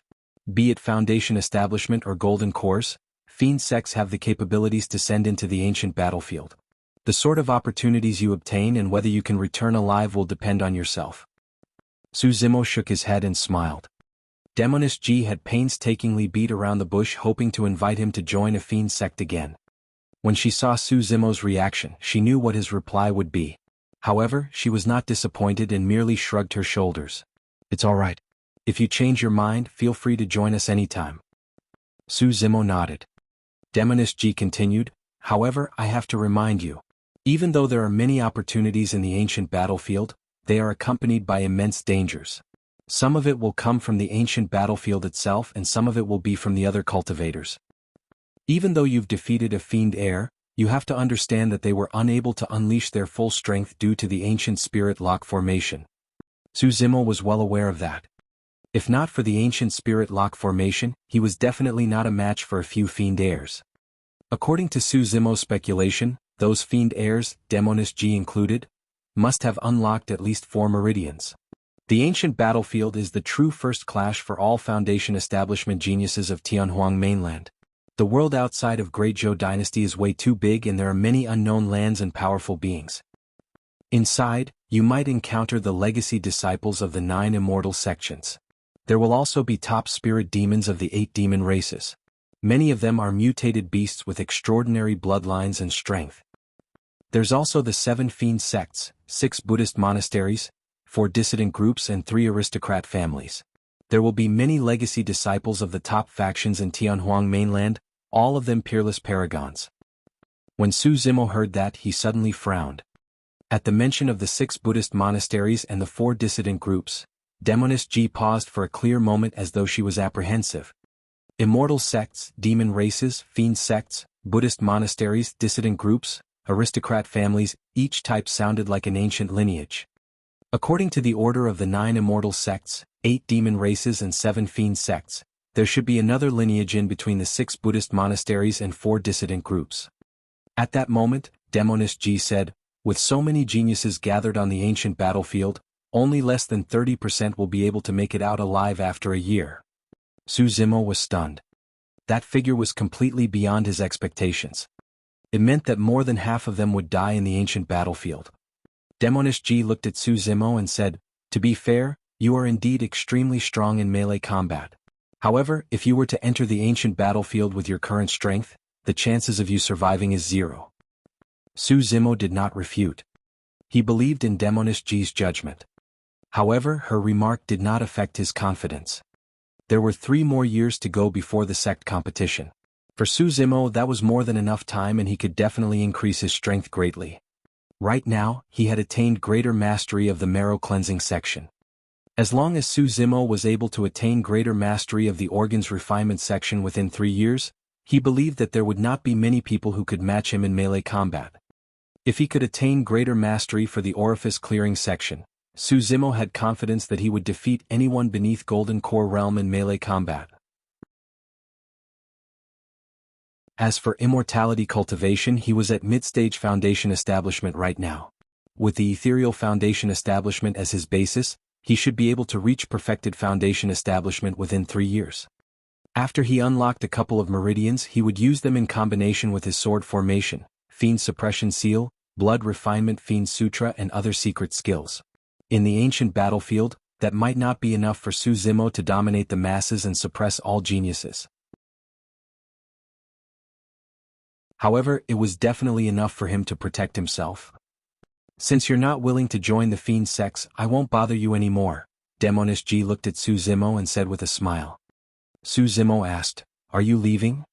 Yes. Demoness Ji nodded. She turned to look at Su Zimo with a faint smile. What? Can't bear for me to leave? No, I wanted to say, if you want to leave, hurry up. Humph. Demoness Ji stomped heavily on Su Zimo's foot before raising her chin smugly and turning to leave. Halfway through, she suddenly turned back and shouted, Hey, if you see my sister, don't tell her that I'm in a fiend sect. I can't be sure about that. Su Zimo gave a faint, cold smirk and turned to leave as well. He did not walk far when Demoness Ji's aggrieved voice sounded, If you reveal it, I'll tell sister that you bullied me in the coffin. Su Zimo's legs buckled and he nearly fell. This damn girl. His mouth twitched as he cursed silently. Hurry and go. Su Zimo waved without turning back. Pursing her lips, Demoness Ji smiled. A faint fragrance drifted with the wind and dissipated in the air. For the next period of time, Su Zimo was in no hurry to leave and return to the sect. He remained in the palace, chatting and drinking with his elder brother, Su Hong. When he was free, it was a carefree life. A month later, Su Zimo was prepared to leave the capital. To be fair, there were very few cultivators like Su Zimo who would take time out to return home and accompany their families. Not to mention he stayed on for an entire month. Most cultivators would choose to sever their mortal relationships at the first instance. It wasn't because they were heartless, but because they knew that day would arrive sooner or later. The sooner they severed those ties, the sooner they would be done with the many burdens of the mortal realm, and it would be nothing but beneficial for their cultivation path. Su Zimo understood that logic as well. However, he could not do it. When he was about to leave, Su Hong accompanied Su Zimo out of the city before he stopped and reminded the latter, Zimo, you don't have to come back if you don't have much time. You don't have to worry about me. Even though he said that, there was a hint of reluctance in Su Hong's eyes. I can't really help you much as an elder brother. Do take good care of yourself being all alone out there. Su Zimo looked at his brother's head of white hair and pursed his lips in silence, feeling miserable within. In the cultivation world, the most precious types of elixirs were those that could boost one's longevity. It was priceless. Decades later they would have to be separated through life and death. Su Zimo dared not think about it. As though he recalled something, Su Hong hurriedly added, Zimo, if you have the chance, visit Xiaoning and see if she's doing well. She has a soft personality. Even if she has been wronged, she might keep it to herself and not tell anyone. All right. There's nothing else. Su Hong's gaze dimmed gradually as he muttered softly. Big brother, take care. After a long silence, Su Zimo finally spoke. His voice was slightly hoarse. Go, go. Su Hong turned around and waved his hand. Second young master, take care too. Uncle Zheng stood on the spot, his voice quivering as tears streamed down his face. When the Su family was in trouble, Su Zimo and Su Xiaoning were still young. They were practically raised by Uncle Zheng. In Uncle Zheng's eyes, Su Zimo was akin to his own son. He was already old and did not know if he would be able to see Su Zimo again. This might be their final farewell. As though he felt something, Su Zimo suddenly stopped in his tracks and came before Uncle Zheng. Pursing his lips, he knelt on the ground and kowtowed 3 times solemnly.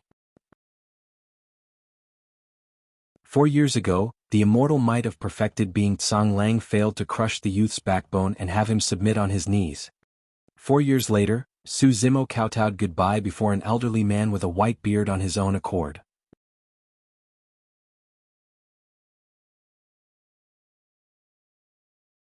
Chapter 197, Trapped Spirit Monkey.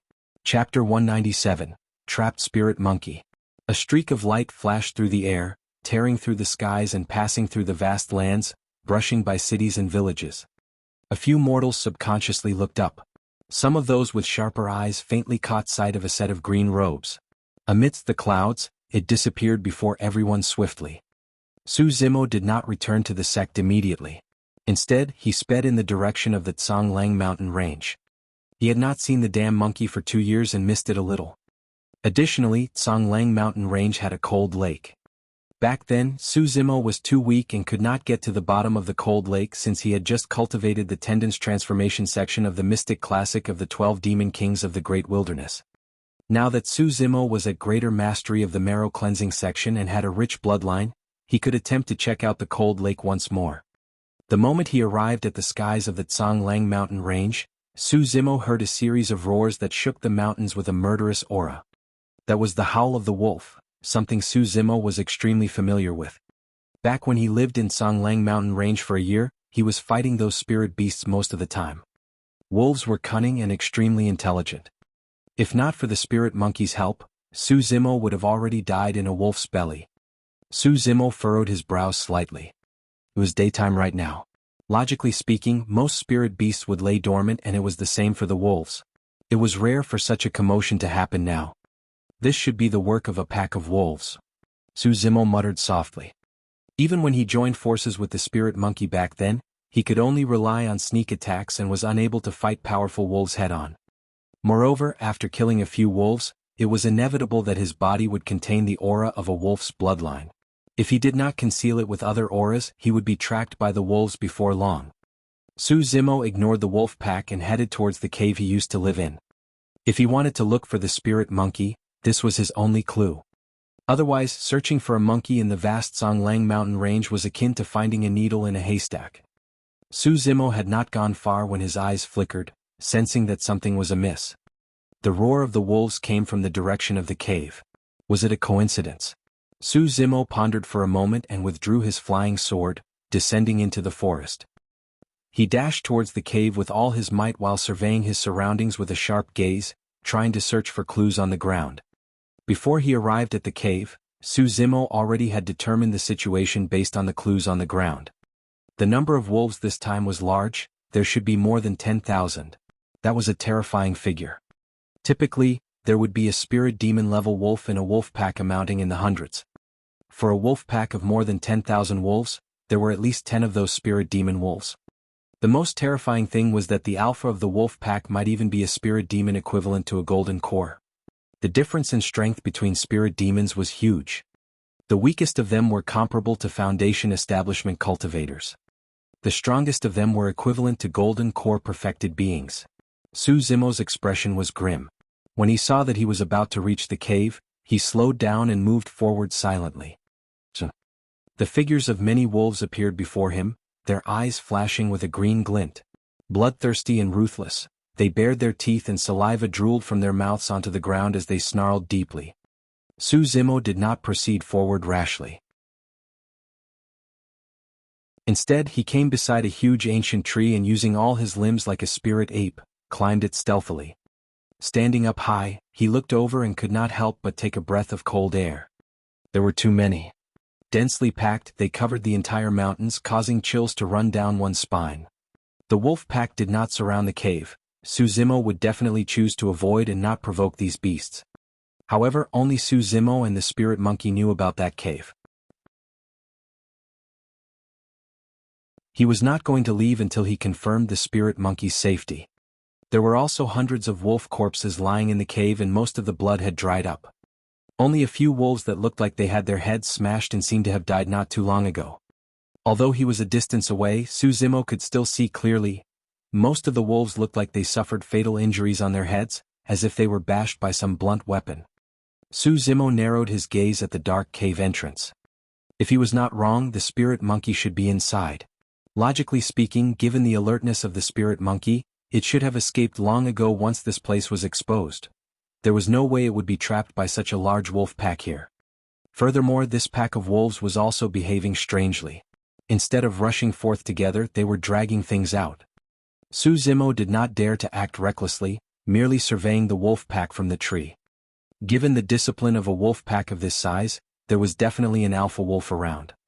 If the alpha was a golden core spirit demon, Su Zimo could not fight it head-on. However, if the alpha was a Foundation establishment spirit demon, Su Zimo would be able to break through the wolf pack on his flying sword and kill all of them to try and defeat the alpha, or even kill it. That was because Su Zimo had an advantage that Foundation establishment spirit demons did not have. Sword kinesis flight. As long as Su Zimo were to ride on his flying sword, he would be invincible no matter how many wolves there were. However, if the alpha was a golden core spirit demon, Su Zimo would not dare to barge in. Be it humans or demons, core formation was an extremely important step. There is the saying that once one creates a golden core, one's lifespan will not be decided by nature. Once one forms a core, Even spirit demons would be able to soar through the skies without the use of any external objects. This meant that even if the wolf did not have wings, it could fly as well, and Su Zimo's advantage would be gone. Furthermore, Su Zimo was not a match for a golden core spirit demon as well. They were on completely different levels. If the opponent was a cultivator that did not cultivate any concealment techniques and the difference in realm between them was not too great, one could easily detect the other party's cultivation realm using spirit peering art. However, the spirit peering art was useless against spirit demons. That was because there was no spirit energy in the spirit demons' bodies. Before a spirit demon attacked, one could only rely on experience, feelings and observation to gauge their cultivation realms. At the front of the wolf pack stood more than 10 tall and strong wolves that looked malicious. Pacing back and forth, none of the other wolves dared approach them. Su Zimo nodded silently. If he was not wrong, those 10 odd wolves were Foundation Establishment spirit demons. Their status in the wolf pack was very high, akin to a small leader. However, upon further observation he discovered that none of them seemed like the true alpha wolf. Su Zimo continued searching.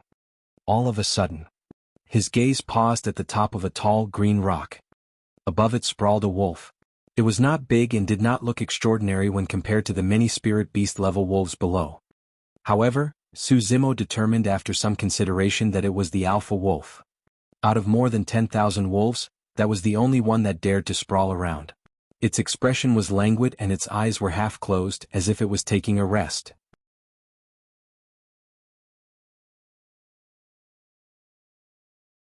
Chapter 198 Tricked. Chapter 198, Tricked. Just as Su Zimo's gaze landed on the alpha, it suddenly moved as if it sensed something. Oh! Su Zimo's heart skipped a beat. His gaze was extremely obscure such that the 10 odd Foundation Establishment wolves had not noticed it. If this alpha sensed it, there was an 80% chance that it was a golden core spirit demon. Su Zimo continued observing. The alpha merely moved a little and did not make any other motions. It did not even open its eyes, as though it was merely adjusting its position to make itself more comfortable. Su Zimo heaved out a sigh of relief. Roar! At that moment, 5 spirit demon wolves growled lowly and walked towards the cave slowly with feral expressions. The entrance of the cave was squeezy. The 5 wolves did not dare to barge in, merely loitering in front of the cave. Oh! Before long, a familiar cry came from within the cave, filled with provocation. Su Zimo's eyes lit up and he no longer had any doubts. That was the sound of the spirit monkey. The spirit monkey was very smart and defended the entrance of the cave with a terrain advantage, destroying the wolf pack one by one.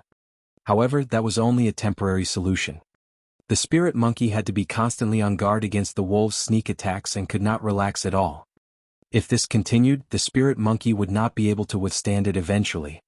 After all, there were more than 10,000 wolves and the spirit monkey was alone. The 5 wolves at the entrance did not fall for the spirit monkey's provocation. They continued loitering around the cave with a ruthless glint in their eyes. Su Zimo's gaze swept over the alpha on the green rock again. If it was a golden core spirit demon, the spirit monkey should have been dead long ago and would not have been able to last till now. At that thought, Su Zimo no longer hesitated. He wore the mystic gold silk armor and leapt down from the tree as a flying sword appeared beneath his feet in midair. Swash! A sword beam tore through the air and Su Zimo bypassed the dense wolf pack, disregarding their howls and speeding towards the cave. At the same time, the alpha on the green rock opened its eyes. Narrowing its gaze, a cunning and savage glint was revealed. Swash! Swash! Swash! Su Zimo's expression was calm and his eyes were clear in midair. Waving his sleeves, 6 sword beams flew out of his storage bag. Hexagonal sword formation. He shouted softly and controlled the 6 flying swords which cut through the air swiftly.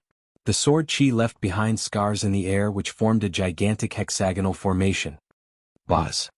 The light of formation patterns burst forth in a bedazzling manner. Zung!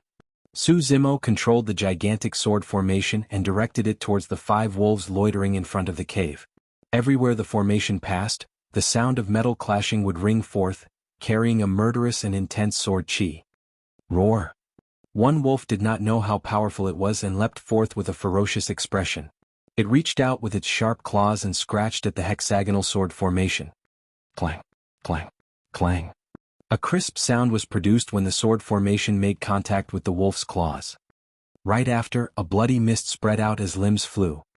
A spirit demon wolf was minced to death by the hexagonal sword formation on the spot. "Damn monkey, come out. I'll take you out of here," Su Zimo shouted as he controlled the hexagonal sword formation to chase the other 4 wolves. After a short pause, a tall figure dashed out from the pitch black hole. It was holding a black rod and it had long arms that almost touched the ground. When the spirit monkey caught sight of Su Zimo, it widened its eyes in joy. Right after, as though it remembered something, its joy turned into panic. "Oh!" The spirit monkeys first stood on end, gesturing behind Su Zimo and yelling loudly. At the same time, Su Zimo felt an immense danger and his expression changed, sensing that something was amiss. Before he could turn back, an evil gust of wind struck from behind. Su Zimo was on his flying sword right now. If a wolf could appear behind him, there was only a single possibility. The wolf was a golden core spirit demon that could fly. I was tricked.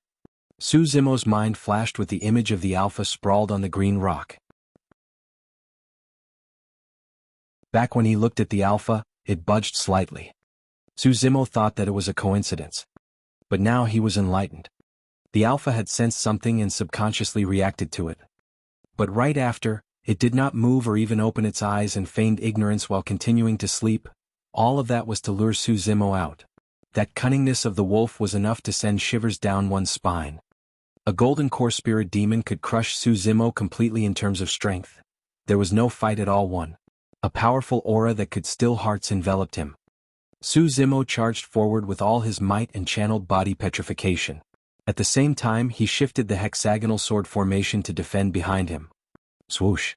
Spinning continuously, the hexagonal sword formation gave off a bedazzling sword light that shone like a gigantic mirror, defending Su Zimo's body.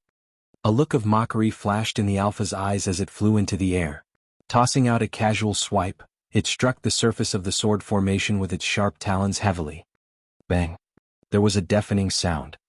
The hexagonal sword formation stopped spinning and slammed heavily against Su Zimo's back. His expression changed and he spat out a mouthful of blood, falling from the skies. The sword formation dispersed and all 6 flying swords had cracks on them, shining with a dim light. They were all broken. The attack of a golden core spirit demon had actually destroyed 6 inferior-grade flying swords. How terrifying was that strength? Roar! The alpha stood in midair. Suddenly, it opened its mouth and bared its grisly fangs and scarlet tongue, letting out a deafening roar that shook the forest and caused boulders to tumble down from the mountains. It was majestic and possessed an overwhelming ferocity. The spirit monkey leaped up and in the midst of the panic, caught Su Zimo who was falling from midair, intending to return to the cave. However, the cave behind the spirit monkey was now sealed by many wolves. From up above, the alpha looked at the man and monkey on the ground. Its eyes were filled with contempt but it did not continue to attack. The surrounding wolves began to move towards the circle, layer after layer. Ow! The spirit monkey held Su Zimo with both hands and poked its head out, baring its teeth at the enemies. Its eyes shimmered with a bloody glow as it let out threatening snarls. "Damn monkey, let me down." Right then Su Zimo said with a weak voice. "Ow!" The spirit monkey was stunned for a moment and helped Su Zimo stand up. Wiping away the blood at the corner of his mouth with his sleeves, Su Zimo took a deep breath and swallowed an elixir. He regulated his breathing although his face seemed rather pale. A golden core spirit demon was way too strong. Even with the hexagonal sword formation and mystic gold silk armor, Su Zimo's organs still trembled from the impact and nearly shifted positions within. It was not hard to imagine that without the hexagonal sword formation and mystic gold silk armor, Su Zimo would have been smashed to pieces with that attack. The man and wolf exchanged looks. Raising its head proudly, the alpha turned towards the green rock as though it could not be bothered to attack again. In the eyes of the alpha, that attack was enough to severely injure Su Zimo even if he was not dead. Coupled with the loss of his flying swords, the man and monkey would definitely die against the combined attacks of the wolf pack.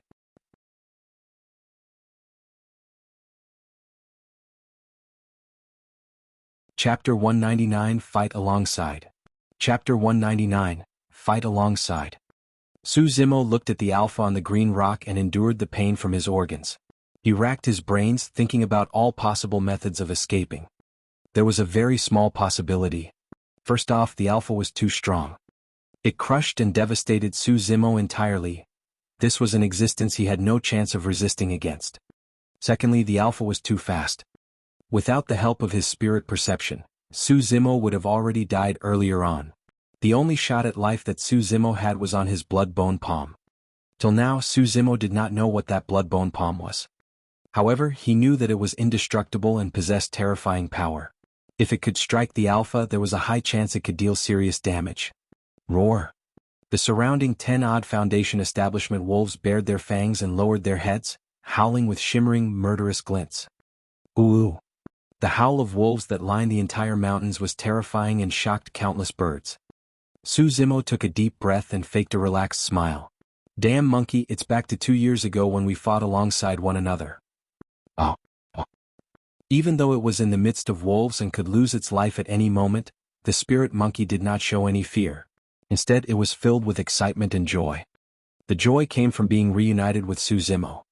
Sensing the emotions of the spirit monkey, Su Zimo could not help but laugh. 2 years ago, we didn't dare to fight these beasts head-on. Today's a rare opportunity. Let's kill to our heart's content. Damn monkey, show me how much you've grown over the past 2 years. Roar! The spirit monkey roared when it heard that.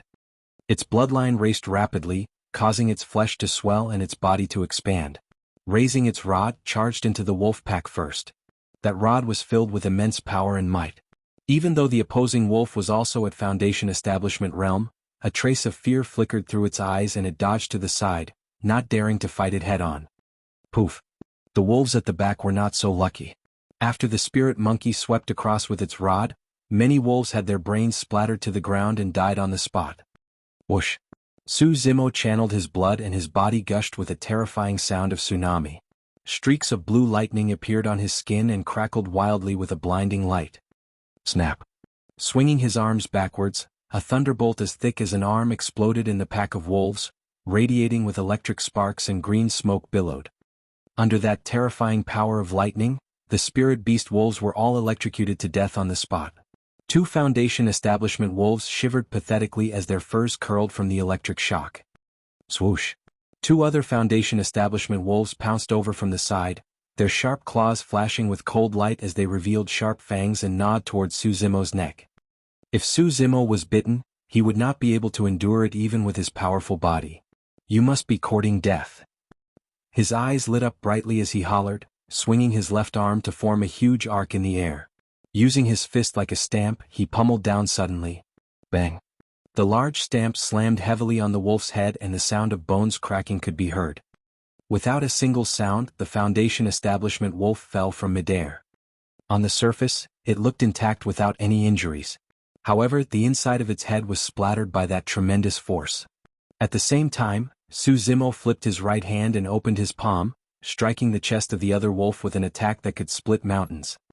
Howl! The wolf let out a sad cry and its body fell towards Su Zimo. Bang!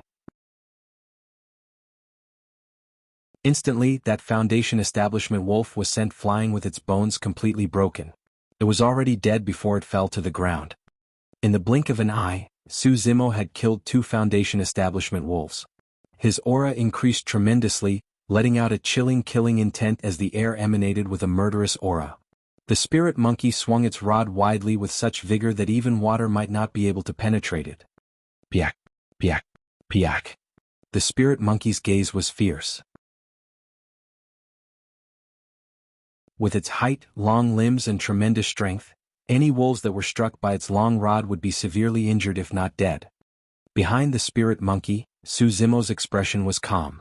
Despite the circumstances, his eyes were cool and did not show signs of fear. 6 inferior-grade flying swords were destroyed by a single slap of the Golden Core Alpha. Su Zimo's Cold Moon Saber and Sanguine Crystal Bow were dropped inside the inheritance ground of the Fiend sects and he could not get them out in time. Right now, he could only rely on his bare hands to fight against the wolves. Even so, Su Zimo's physical strength was not something that the wolves would definitely be able to defend against. Bang! Bang! Bang! His casual punches and kicks possessed thunderous force, causing the air to explode. Many wolves pounced on Su Zimo in a dense pack.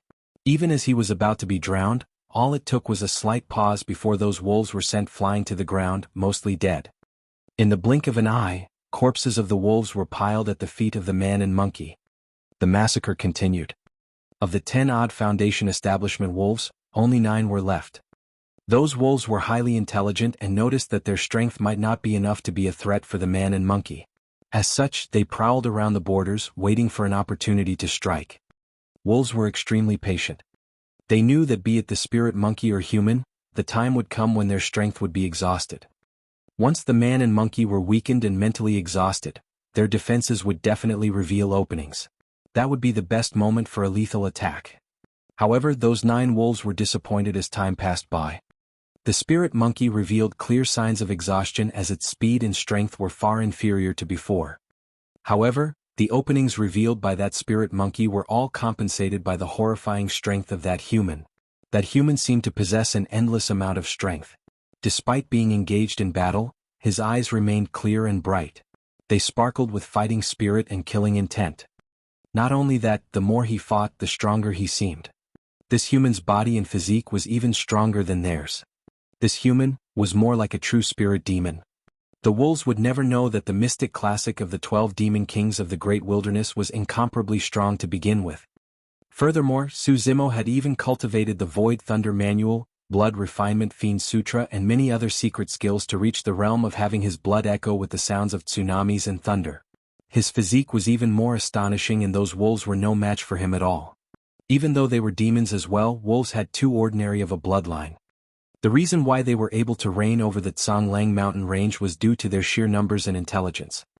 If not for the Golden Core Alpha that was watching from the side, Su Zimo would have long fled with the spirit monkey. Although there were many wolves, they were nothing but mere chickens against Su Zimo that could not withstand a single blow. Roar! Right then the Alpha sat up from the green rock and let out a deafening roar. It could no longer sit still. It had initially thought that its wolves would be able to kill the man and monkey with ease given the fact that Su Zimo was severely injured. That would provide an opportunity for him to raise the fighting strength of its wolf pack. But as time went by, the Alpha started to realize that something was amiss. If this were to continue, its wolves would suffer heavy casualties. The Alpha decided to take action personally and bite that man and monkey to death decisively. Pust. Pust. Sensing the Alpha's motions, Su Zimo slowly breathed in. A huge stream of air tore through his throat and let out a strange sound. Blood oozed out slowly as the skin around his throat was cut by the air current. Su Zimo knew that the clash between him and the Alpha would determine whether or not they would survive.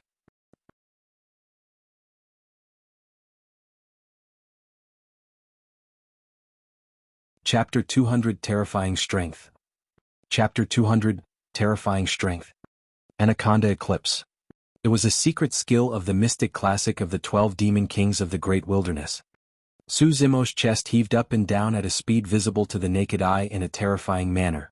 A scene seemed to have flashed across the eyes of many wolves. An anaconda coiled around his body, rearing its head and devouring the moon. Its belly was full and it had 2 horns, seeming as though it wanted to soar into the skies and transform into a dragon. A look of mockery flashed in the Alpha's eyes. No matter what the human in front of him did, it was useless. The difference between them was too great. Anyone with a core would crush a Foundation establishment cultivator without any single doubt. Ever since the primordial era, countless monstrous geniuses have appeared over the years. However, there were only a handful who could kill living beings with a core when they were at Foundation establishment realm.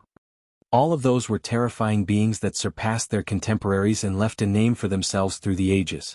The Alpha did not believe that the puny human before it possessed that capability. Swoosh! With a single leap, the Alpha brought with it a murderous gust. It was too fast. It had completely surpassed Su Zimo's perception ability. Su Zimo closed his eyes subconsciously, using his keen spirit perception to determine where the danger was and predict the approximate location of the Alpha. The middle finger and thumb of his left hand touched to form a hand seal as an image of fiend suppression appeared in his mind. Pressing forward, he shouted at the same time, "Kill!" The anaconda eclipse and thunderclap kill coupled with the fiend suppression seal exploded at the same instant.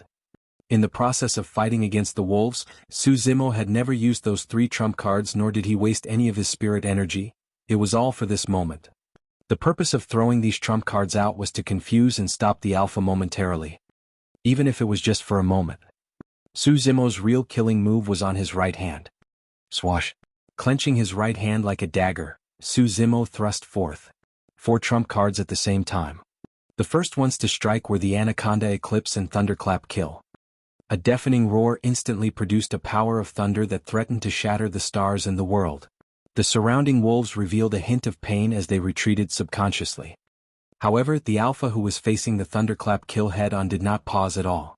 Suddenly, a crimson air stream burst forth from the alpha's chest and shrouded around its body. Accompanied by the sound of bloodline channeling, the alpha's aura intensified by another layer. The might of one with a formed core descended suddenly, filling the air with a demonic chi that could capture one's soul. The alpha reached out with both claws and swiped forward, smashing the golden hand seal that was descending from midair with ease.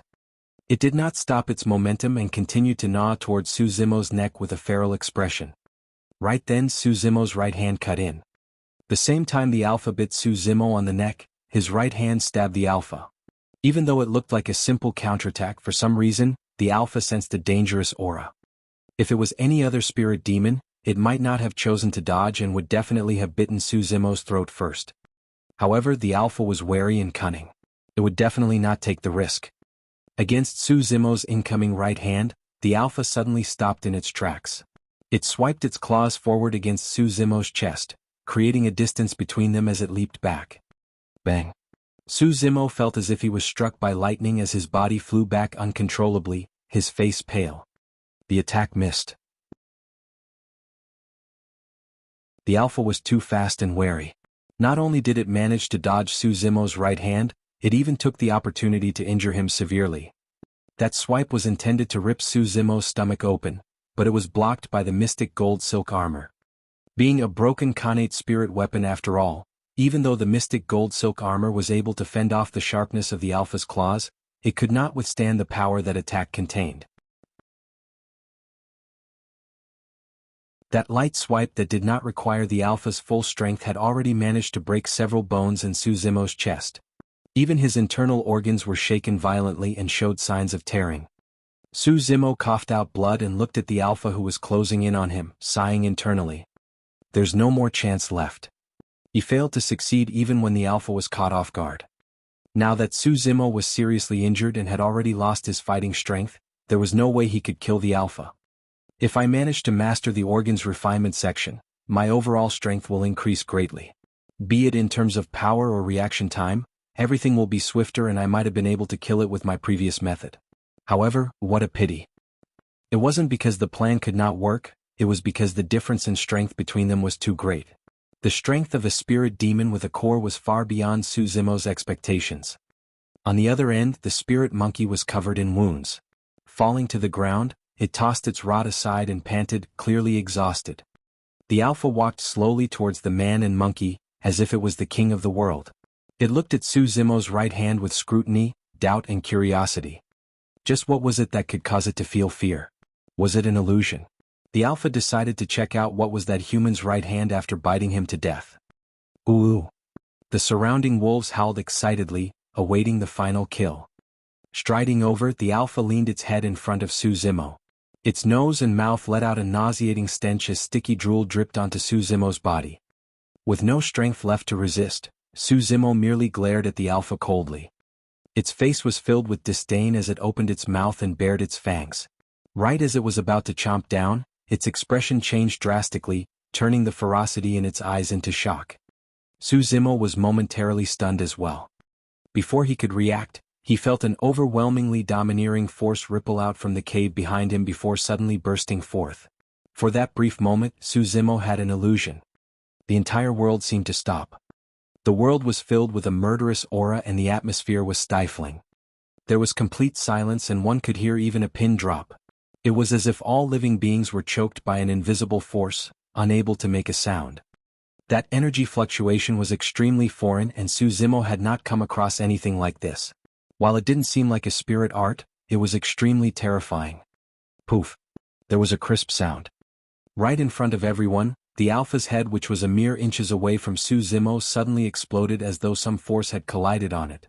A bloody mist filled the air and splattered all over Su Zimo. Su Zimo's entire body stiffened as he looked at everything in disbelief, almost unable to smell that gooey blood that covered his body with a nauseating smell. Even the spirit monkey was scared out of its wits and froze on the spot. The alpha was a powerful golden core that crushed Su Zimo completely. Yet, it died without any chance to resist against that powerful energy fluctuation. How tough was the head of a golden core alpha? Even if Su Zimo used the cold moon saber and cleaved with all his might, he would not be able to leave a scratch on it. But now, a head so tough had exploded right in front of Su Zimo. If he had not seen it himself, Su Zimo would not have been able to imagine it. This scene dealt a huge blow to him. Su Zimo only snapped out of his stupor and let out a long breath when the headless corpse of the alpha fell onto his body. After a momentary silence, the thousands of wolves remaining whimpered and hung their tails low, fleeing into the distance without turning back. In the blink of an eye, they were completely gone, leaving nothing but a pile of wolf corpses and bloodstains.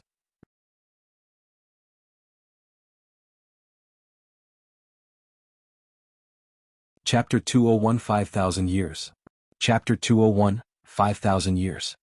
Su Zimo turned back to look at the pitch-black cave behind him with a rattled expression. After freezing momentarily, he turned to look at the spirit monkey subconsciously. After all, he had not been back for 2 years. The spirit monkey should know best as to what was inside the cave. Unexpectedly, the spirit monkey shook its head in confusion upon meeting with Su Zimo's eyes. Under, cold lake, enter, cave. Suddenly Su Zimo heard an unfamiliar voice. It was extremely weak and intermittent. The voice appeared abruptly as if it echoed out in Su Zimo's mind. Was there someone within the cave? Was he under the cold lake? Was this some sort of trick? Su Zimo composed himself and looked at the spirit monkey. It did not realize anything was amiss. This meant that Su Zimo was the only one who heard that voice. Su Zimo had no idea what the other party's identity and motives were. He could not help but feel a little uneasy. However, on second thought, he would have died in the hands of the alpha if not for this person. The worst-case scenario would be to just die once more. Su Zimo pondered for a moment and did not tell the spirit monkey about this. If the spirit monkey did not hear the voice of the mystery man, there was only a single possibility. The latter did not want the spirit monkey to know about it. Furthermore, Su Zimo did not know what dangers lurked beneath the cold lake and he did not want the spirit monkey to take the risk. Monkey, wait for me here. I'll go take a look inside. Su Zimo endured the immense pain and struggled to stand up. Ow, ow. The spirit monkey shouted a few times, supporting Su Zimo with one hand and gesturing with the other, implying that it wanted to go in together. Wait for me outside. I'll be right back, don't worry. Su Zimo said again and slowly walked towards the cave. Once inside, Su Zimo frowned as a pungent and familiar aura lunged at him. It was that damn monkey shit. There were not many changes within the cave. Su Zimo looked around and walked straight to the cold lake. A white fog covered the surface of the water with a cold and chilling intent. Without hesitation, Su Zimo took a deep breath and jumped in. Because he was wearing the mystic gold silk armor, Su Zimo sank extremely quickly. 2 years ago, he had just cultivated the tendon's transformation section. By the time he was halfway through, his blood was already showing signs of freezing up. Now as he sank down, Su Zimo's blood churned furiously like a tsunami filled with life. It was endlessly fighting against the cold. In the blink of an eye, Su Zimo's feet touched ground and he arrived at the bottom of the cold lake. In front of him, there was a huge rock and he could clearly see the 4 words on it. Extreme Fire Dao Residence. Su Zimo's heart skipped a beat and he choked on a mouthful of cold water. His abdomen moved and in an instant, a chill exploded, causing his body to shudder slightly. The words Dao Residence were not something just anybody could use. Golden cores were perfected beings, nascent souls were perfected lords. Void reversion came above nascent soul and only those cultivators could be referred to as Dao beings. There was a high chance the owner of this Dao residence was a void reversion Dao being. Void reversion Dao being. Su Zimo was too far away from that. It was said that even Ethereal Peak Sect Master was merely at nascent soul realm and had not reached void reversion. Su Zimo calmed himself and took a few steps forward to get closer. Beneath the huge rock was a stone door. Hesitating for a moment, Su Zimo pushed the stone door with both hands.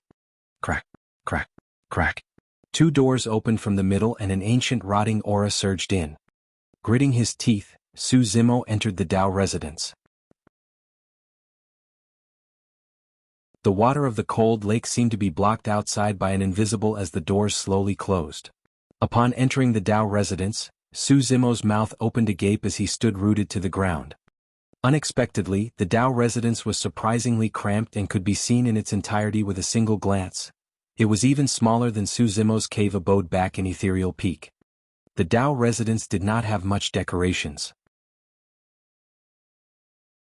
Opposite Su Zimo, there was a stone bed and a man in scarlet robes with a large tripod emblem on its sleeves laid there. Su Zimo had never seen that emblem before. The man revealed a side profile and looked no older than a middle-aged man.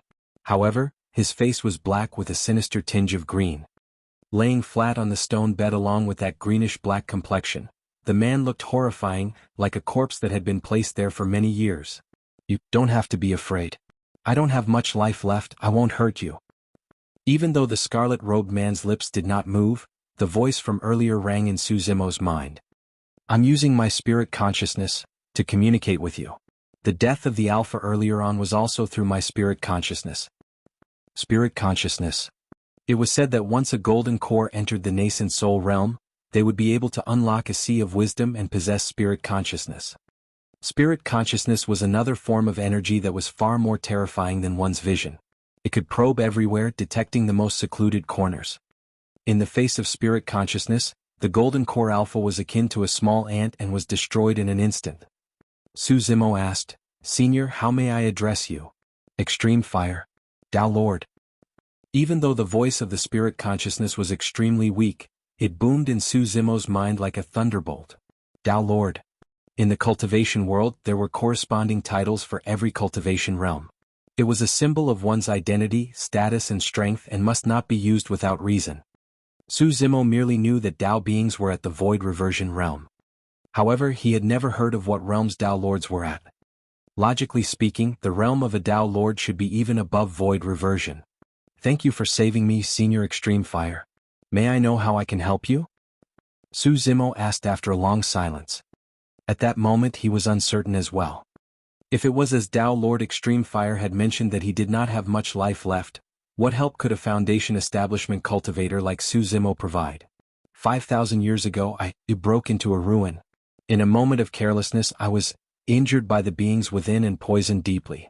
I then shattered a major transference talisman to escape death and was teleported here. The Dao Lord Extreme Fire's voice was intermittent, but Su Zimo was completely dumbfounded. 5,000 years ago. The lifespan of the Golden Core was at most 500 years. However, the middle-aged man in front of him was from 5,000 years ago and he was still alive. What was even more frightening was that there were beings in that unknown ruin that could injure Dao Lord Extreme Fire. What sort of a poison was it such that even a Dao Lord could not withstand it? As for the major transference talisman, Su Zimo had never even heard of it before. "I opened up this place, but the poison has already infiltrated my entire body and I'm unable to leave. If my essence spirit is sent forth, it will be tainted with the poison as well and will not last more than an hour. I had no choice but to use my spirit consciousness to resist the poison's corrosion. 5,000 years. I can't hold on for much longer." Dao Lord Extreme Fire's voice was filled with some regret, indignance and even a hint of relief. Su Zimo looked at Dao Lord Extreme Fire with shock in his eyes as a storm brewed in his heart. In this cramped Dao residence without daylight and almost devoid of freedom, Dao Lord Extreme Fire had resisted the poison in his body for an entire 5,000 years all alone. How powerful was his determination to be able to do that?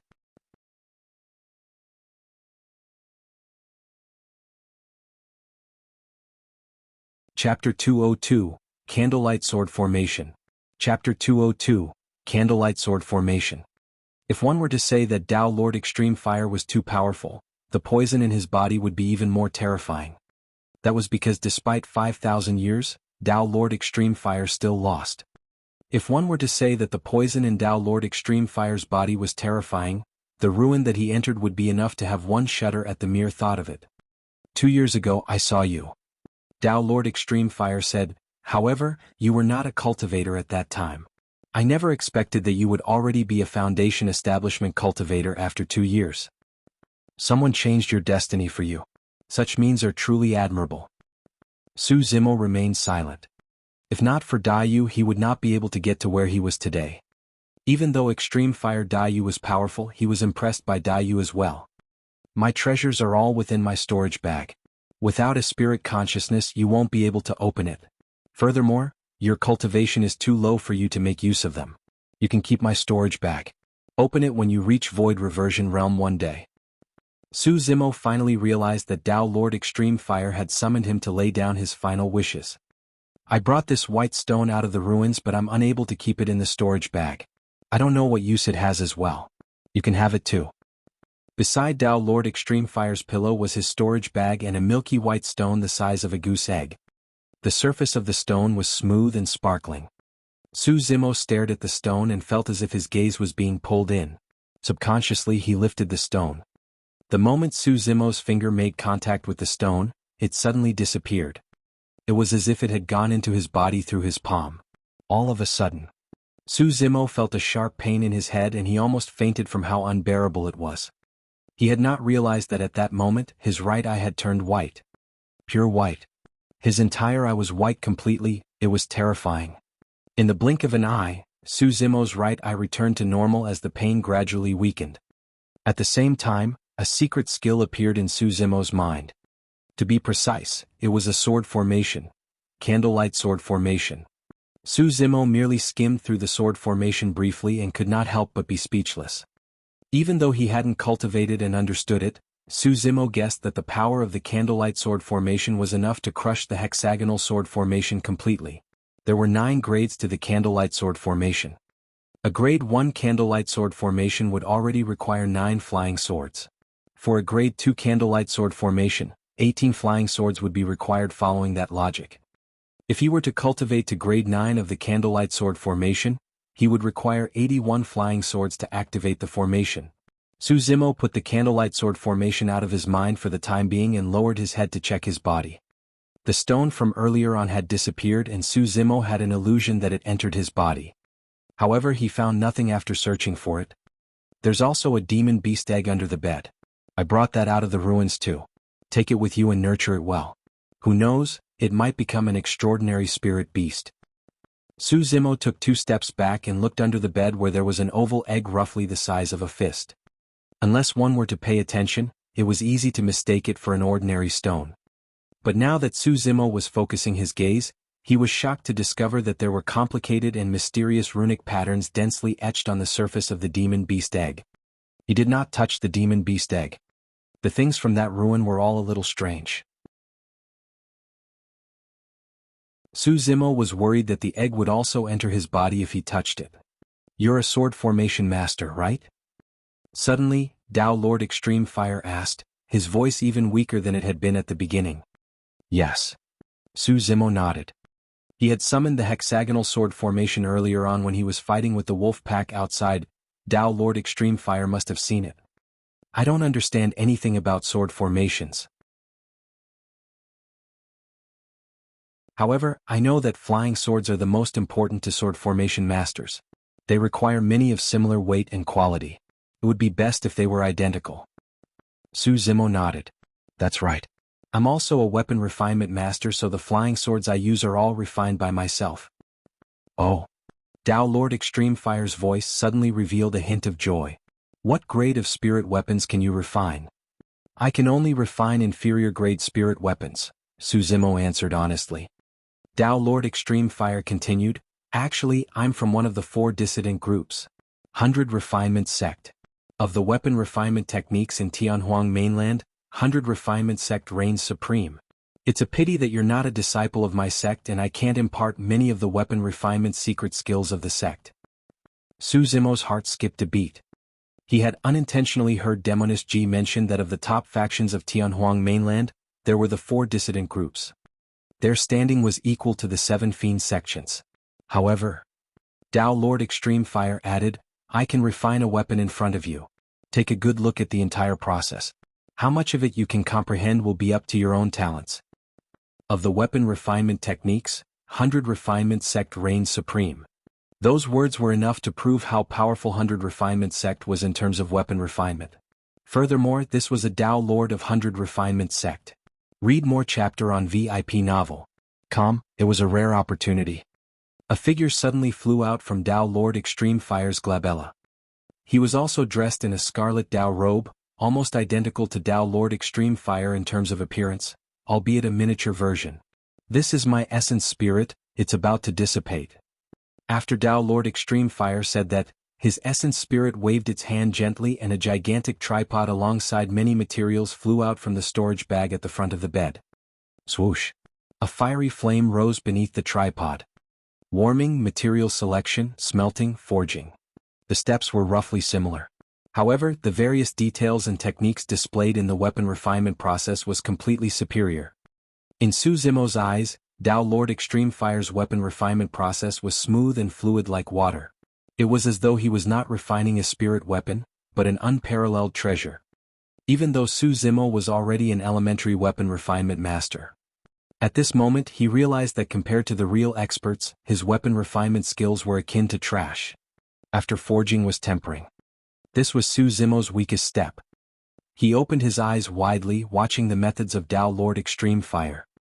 Dao Lord Extreme Fire controlled all 10 fingers with an incomparable agility and nimbleness, moving along the body of the sword and tapping it bit by bit. The moment his fingertip landed, an exquisite little hammer seemed to condense on his fingertip. Clang! Clang! 10 fingers struck the sword with a rhythmic pattern, giving off a pleasant and crisp sound. The intervals between the sounds were exactly the same. This is one of 100 Refinement Sect's secret skill.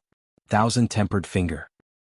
Dao Lord Extreme Fire's voice rang out, I won't be able to explain the secret behind the skill.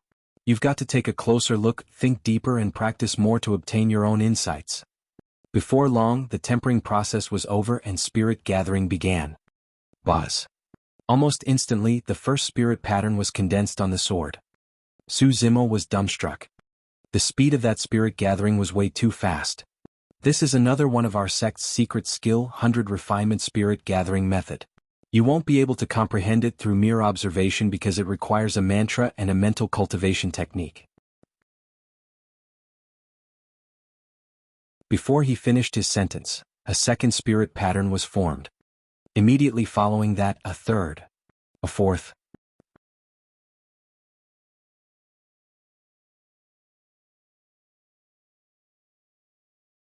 Chapter 203 Demon Beast Inner Core. Chapter 203 Demon Beast Inner Core. In just a few seconds, 4 spirit patterns had condensed on that flying sword. That was a supreme-grade spirit weapon. One more step and it would be perfect. Spirit gathering was the most difficult step of weapon refinement. However, Extreme Fire Dao Lord made it look extremely easy. One could be called an advanced weapon refinement master if they could produce a superior-grade spirit weapon. Above Advanced Weapon Refinement Masters, there was the title of Weapon Refinement Grandmaster. What title was Extreme Fire Dao Lord? In order to let Su Zimo have a good look at his weapon refinement techniques, Extreme Fire Dao Lord removed his weapon tripod during the tempering and spirit gathering steps. After condensing 4 spirit patterns, Extreme Fire Dao Lord showed no signs of stopping as he attempted for a 5th spirit pattern. Oh! Right then a warning flashed in Su Zimo's mind. The feeling of danger came from the flying sword that was heated to a scarlet red. It was a familiar feeling, the premonition of a failed spirit gathering. Don't. When he saw that Extreme Fire Dao Lord had no intention of stopping, Su Zimo exclaimed instinctively. Extreme Fire Dao Lord paused for a moment and eyed Su Zimo, murmuring, That's true. Even if I make you a perfect spirit weapon, you won't be able to use it given your current cultivation realm. Given Su Zimo's spirit energy, he would not be able to last long using a perfect spirit weapon. Too much spirit energy would be drained if all 5 spirit patterns were activated. Su Zimo heaved a sigh of relief and lamented internally, the spirit gathering technique of 100 Refinement Sect is indeed incredible. But even then it does not have a 100% success rate. While my spirit gathering technique is slower, it's guaranteed. In other words, if Su Zimo were to perfect the steps of material selection, smelting, forging and tempering, he would be able to create a perfect spirit weapon with 100% certainty. If news of that were to spread in the cultivation world, Su Zimo would definitely become the most popular weapon refinement master. There was no exception. This supreme grade flying sword is a gift for you. Take it. Swash. A sword beam flew by and pierced into the ground before Su Zimo. Sigh, I've managed to survive for 5,000 years, but it's all futile. The tinge of green on Extreme Fire Tao Lord's essence spirit was getting darker. Su Zimo furrowed his brows, trying his best to repress the shock in his heart. The brief moment of contact between Extreme Fire Tao Lord's essence spirit and his body was when it flew out of his glabella. Even then, it was tainted by the poison. The potency of the poison was evident. Outside, in the body of that wolf, there's an inner core. That's a great tonic for you, don't forget to take it out. Su Zimo's eyes lit up. In the path of immortality cultivation, cultivators that managed to form a core would condense a sparkling golden core in their dantian. As depicted in the mystic classic of the 12 demon kings of the great wilderness, demons on the core path will also produce an inner core in their body. Inner cores and golden cores were similar. They possessed the essence of the cultivator. However, golden cores were formed from spirit energy. However, inner cores were formed from the essence chi of the 5 organs. As depicted in the organs refinement section, the 5 organs essence chi was produced after organs refinement into 5 varying essence chi that would spread inside one's body.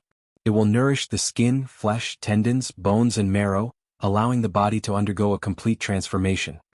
Be it in terms of power or speed, there would be a significant increase. When the body is at the peak of nourishment from the 5 organs essence chi, it would enter the next realm, orifice clearing. Orifice clearing does not produce much of an increase in terms of power and speed. However, the overall increase in a demonic cultivator's strength is still clear and obvious. What orifice clearing referred to was to open up one's mouth, eyes, ears and nose using the 5 organs essence chi. Once those 7 holes were opened up, the 5 senses of the demonic cultivator would receive an immense improvement and their vision, hearing and smell would become extremely sharp. That was only the changes on the surface. There would also be qualitative changes within the demonic cultivators. The synthetic relationship between the 5 organs, skin, flesh, tendons, bones, marrow and 5 senses was equivalent to a minor heavenly cycle. At mastery of orifice clearing, the body would be a fusion of toughness and flexibility and become one, increasing one's coordination further. When all 5 chi combine into one, that was the time to condense the inner core.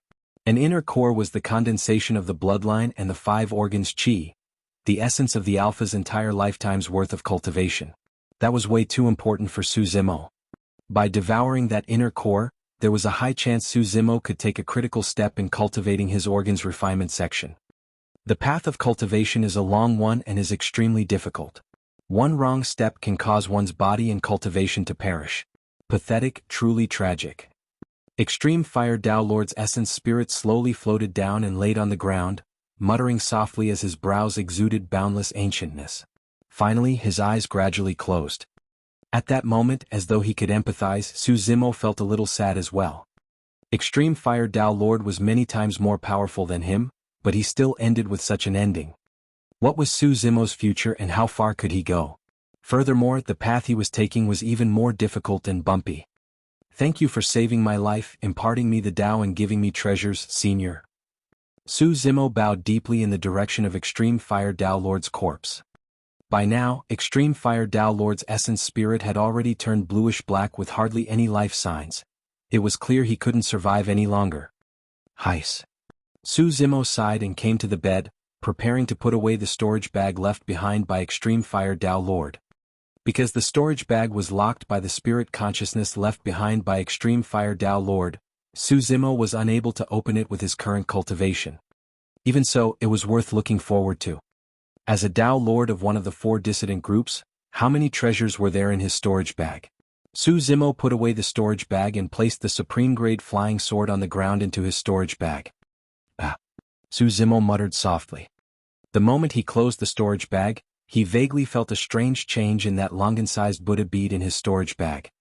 He took the Buddha bead out. The moment he touched it, Su Zimo frowned and he was even more confused. The Buddha bead actually felt warm to the touch. Weird.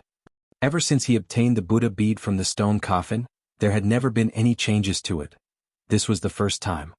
Su Zimo looked around his surroundings in deep thought.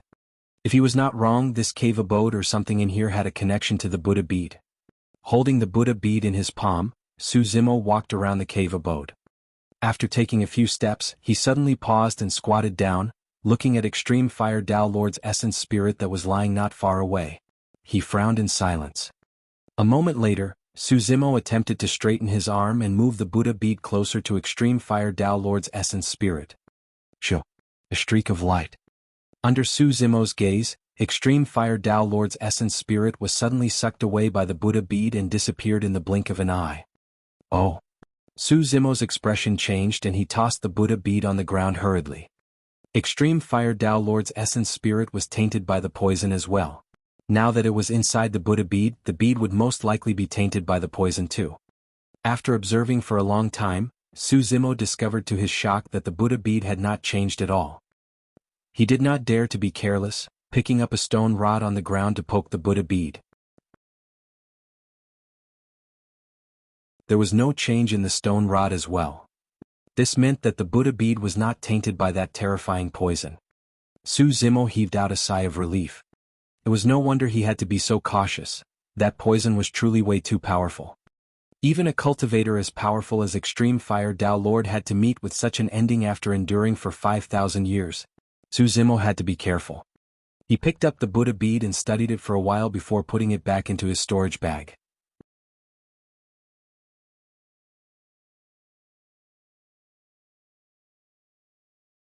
Chapter 204, Devouring Blood. Chapter 204, Devouring Blood. There was nothing left in the cave abode. Su Zimo's gaze finally landed on that demon beast egg. Actually, he did not bear much hope towards that egg. Since this demon beast egg was taken from a ruin 5,000 years ago, it proved that the egg had been there for more than 5,000 years. Even a demon beast might not live that long, let alone a demon beast egg. However, on second thought, Su Zimo realized that the items in the ruin were not ordinary. The stone that might have entered his body, candlelight sword formation, and the poison that managed to even kill a Tao Lord.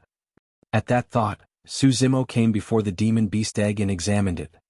All of a sudden, Su Zimo's heart skipped a beat. Since Extreme Fire Tao Lord had brought that demon beast egg out from the ruin when he was poisoned, why was the egg not tainted by the poison? Even Extreme Fire Tao Lord's essence spirit was not spared, yet this demon beast egg was fine. It was immune to poison? Su Zimo thought for a moment and picked up the demon beast egg, trying to put it away in his storage bag. He could not do so. His eyes lit up in elation. Only non-living objects like weapons or elixirs could be placed inside the storage bag. Living being with life could not be contained by the storage bag. Now that the demon beast egg could not be placed within, it was proof that there were signs of life within the egg. It was still alive. Su Zimo's thoughts gradually became active again. If he could nurture a spirit beast, it might not be a bad thing. Furthermore, this spirit beast that came from the unknown ruin could very likely be immune to poison. Something like the demon beast egg was extremely rare within Tianhuang mainland, where only the top factions would possess them. These items were all prepared for the paragons of their respective sections. The stronger the bloodline and the rarer the species was, the harder it was to obtain their demon beast eggs, which were extremely precious. After all, demon beast eggs as such would definitely be guarded by extremely powerful pure-blooded and ferocious remnant beasts day and night. Furthermore, they would be located at the deepest areas off any forests or mountains. To obtain a demon beast egg as such, the top experts of the sects would have to turn up and engage in a ferocious battle with the pure-blooded remnant beasts. Even then, success was not guaranteed and they may even put themselves in danger. Spirit beasts that were born from demon beast eggs were extremely loyal to their cultivators, and there would not be cases of betrayal.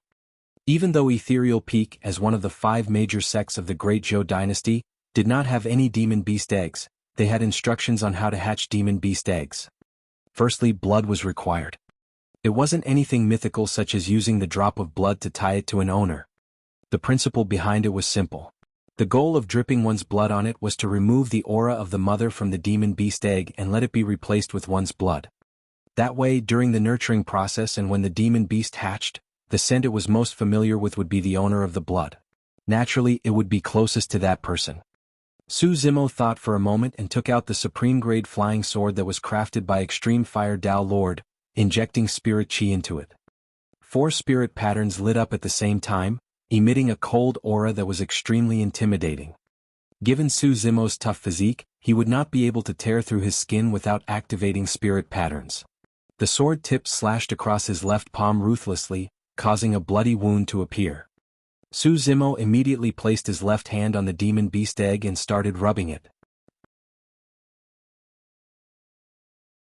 After smearing all over the demon beast egg, he felt his palm clench as though it was bitten by something. Oh!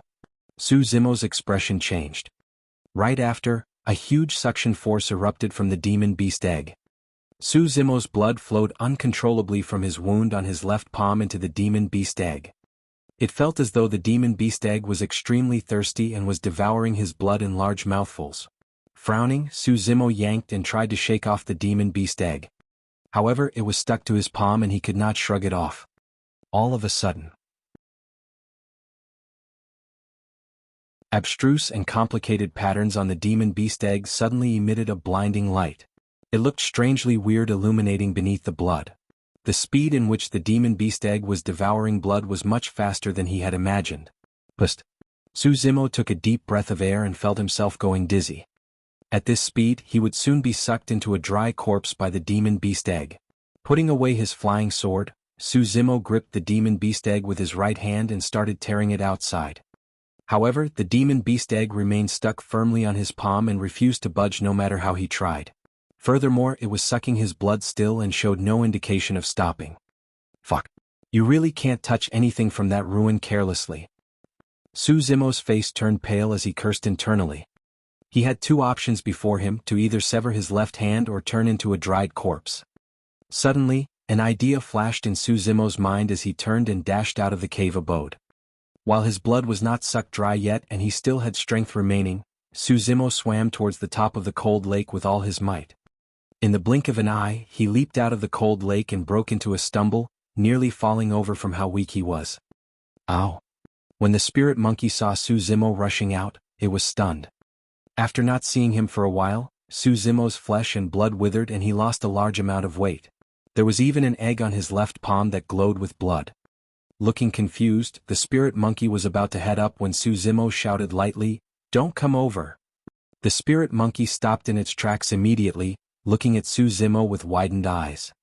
Su Zimo arrived at the battlefield from earlier on and looked at the wolf corpses strewn all over the place. Heaving a deep breath of air, he recited a sinister sutra and his eye flashed with a bloody glint. Blood-devouring technique. This was a secret skill from the Blood Refinement Fiend Sutra.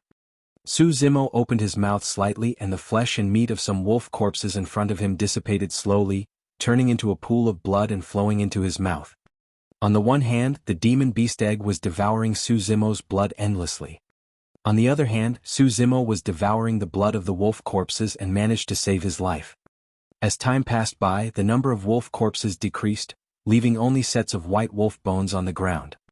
After a long time, right as Su Zimo was almost unable to endure it anymore, the demon beast egg dropped from his hand with a loud thud and rolled a couple of times on the ground before stopping motionlessly.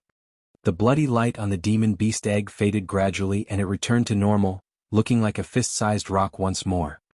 Su Zimo fell and sat on the ground, looking at the demon beast egg with lingering fear before letting out a long breath of air. If he had not experienced it personally, Su Zimo would not have been able to imagine that a small demon beast egg like that would be able to devour all the blood in his body. Ow, ow. The spirit monkey came over and asked. Forcing out a faint smile, Su Zimo replied, "I'm fine. I just nearly got fucked by an egg."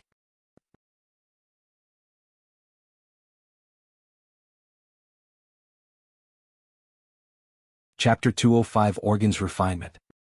Chapter 205 Organs Refinement. Looking at the demon beast egg not far away, Su Zimo felt like he had survived a disaster. If not for the fact that he had cultivated two high-quality marrow cleansing techniques and the Blood Refinement Fiend Sutra, he might have been sucked to death by the demon beast egg in an instant. Egg. The spirit monkey walked close to the demon beast egg and blinked its eyes. He grabbed it and sized it up curiously. Surveying the place, Su Zimo's gaze landed on a place and his eyes lit up. Beneath the corpse of the alpha wolf was a round elixir around the size of a fist. It was light red. Demon beast inner core. It was because of this round object that the alpha was able to produce such terrifying strength with a casual strike. In fact, it even destroyed Su Zimo's 6 inferior-grade flying swords. Inner cores varied in color and it had something to do with the different species of demon beasts. 4 aquatic demon beasts such as the water-shield crocodile and ancient spirit fish. The inner cores they form would be more inclined towards water attributes and would mostly be blue. As for some grass-type demon beasts such as the clover sword grass and purple-blooded vein, the inner cores they form would be inclined towards grass attributes and would mostly be green. Inner cores had different grades as well. Be it any color, the purer it was, the higher the grade. The light red inner core of the alpha could only be considered as a middle-grade inner core. A dark red color would be superior grade and a deep red color would be supreme grade. If it could condense a scarlet inner core that was the shade of blood, it would be a perfect inner core. Even ancient ferocious beasts with pure bloodlines might not be able to condense perfect inner cores, much less ordinary or ancient remnant beasts. The grades did not refer to the impurities within the inner cores, but the purity level and the size of its strength. The beasts could similarly be at early stage inner core, however, 10 inferior grade inner core spirit demons may not be a match for a single middle grade inner core spirit demon. The alpha wolf was an extremely ordinary spirit beast and it was already pretty good for it to be able to condense a middle grade inner core. Su Zimo picked up the alpha's inner core and waved to the spirit monkey before heading towards the cave. The skies were already dark and night was about to descend. Even though the man and monkey's strength was no longer the same as before, lingering outside the Tsonglang mountain range was still extremely dangerous. When he returned to the cave, Su Zimo divided the inner core into 2 and handed half to the spirit monkey with a smile. Monkey, this is the alpha wolf's inner core and it's a great tonic. Eat it and cultivate. The spirit monkey did not decline and swallowed without chewing it. After a slight delay, the spirit monkey's eyes lit up and its expression changed. It hurriedly sat upright and began to cultivate, refining the energy of the inner core as its breathing became heavier. Su Zimo placed the other half of the alpha wolf's inner core into his mouth, chewing it slowly. The inner core wasn't tough and was a little soft. After it entered Su Zimo's stomach, he could feel a massive surge of energy bursting out from it. The energy was a little warm and flowed through his limbs, entering his organs. In that very cave, Su Zimo nearly exploded due to the energy overload of the scarlet flame fruit in the past. Now he did not dare to get careless as he hurriedly cultivated the organ's refinement sutra, breathing in and out to try and refine the power of the inner core that was running rampant in his body. Time slowly passed. The man and the monkey sat in the cave with their eyes tightly shut. Fog rose from their bodies as a dense mist swirled around them. To be fair, if not for this alpha wolf inner core, it would be impossible for Su Zimo to cultivate the organ's refinement section without a couple years of research. But now, thanks to the inner core, he could gradually feel himself approaching the barrier of the organ's refinement section. Inner cores were basically a combination of the bloodline and 5 organs chi. By fusing one's chi and blood, a core would be formed. The creation of an inner core was equivalent to a concrete example of the 5-organ chi and it activated the organ's refinement section channeling. Gradually, Su Zimo found the feeling on how to refine his organs. By refining the 5 organs, essence chi of the 5 organs would be produced. The 5 organs corresponded to skin, flesh, tendons, bones and marrow. Organs refinement was not only an improvement of the 5 organs, it was also a baptism for the body, a conclusion of sorts to the first few chapters of the mystic classic of the 12 demon kings of the great wilderness. After a night, Su Zimo continued cultivating. Unknowingly, the injuries inflicted by the battle against the Alpha had already silently healed. Under the nourishment of the 5 organs' essence chi, the hidden ailments left in his body were also repaired. As the sun rose, the spirit monkey's cultivation came to an end.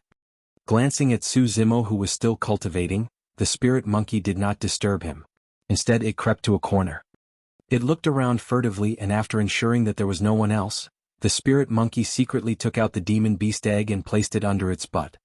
Squatting down, the spirit monkey squatted on the demon beast egg in a weird posture, as though it was passing motion. However, there was no feces. Furthermore, the spirit monkey was not sitting on it either. On the other side, Su Zimo was still cultivating. The entire cave was shrouded by a vermilion mist as demonic chi surged into the sky, causing one's heart to palpitate. The spirit beasts nearby had long fled from the area after sensing that aura. A figure appeared vaguely within the thick demonic chi. With every single breath, there was a current of air near his nose as though an ancient demon was devouring the entire world. Yet another day and night had passed. All of a sudden, Two demonic beams of light shone in the vermilion mist. It was a pair of eyes. Su Zimo's cultivation was over. Looking at the thick demonic qi around him, he opened his mouth suddenly and sucked violently. The immense demonic qi gushed into Su Zimo's mouth continuously in a discernible pace. In the blink of an eye, everything vanished. Su Zimo stood up, twisting his neck and stretching his limbs. A series of crackling sounds came from within his body, as if beans were being fried. His organs vibrated gently as his blood rumbled like a tsunami while his tendons and bones rang together. The Alpha's inner core provided an immense amount of help to Su Zimo. In just 2 nights of cultivation, his physical strength had risen by an entire level thanks to the nourishment of the 5 organs qi. However, at the same time, cultivation of the organs refinement section had once again revealed a hidden ailment of demonic cultivation. Demonic qi. Su Zimo's body had produced demonic qi. When he was cultivating the marrow cleansing section, due to the blood swapping, Su Zimo's new bloodline was completely demonic. The demonic bloodline could alter Su Zimo's physique and appearance. Thankfully, he had managed to obtain the Void Thunder Manual in Thunderclap Valley by accident. Even though it was incomplete, there was the Thunder Marrow Cleansing Sutra that could help him get rid of the hidden ailment of demonification temporarily. But now, the demonic qi in Su Zimo's body was produced by his organs. The Thunder Marrow Cleansing Sutra could only cleanse the marrow, not the organs. Naturally, the situation this time round was slightly different from before. Su Zimo's appearance could turn completely demonic through his bloodline. However, demonic qi would not alter Su Zimo's physique or appearance. That meant to say that Su Zimo could continue to cultivate the organs refinement section and make use of the demonic qi to nourish his skin, flesh, tendons, bone and marrow while strengthening his body. The hidden ailment was whether he would be noticed by others when he was unable to make use of the power of his demonic qi. After all, demon qi was way too different from a human's aura. Any cultivators would be able to discern it at the first instance.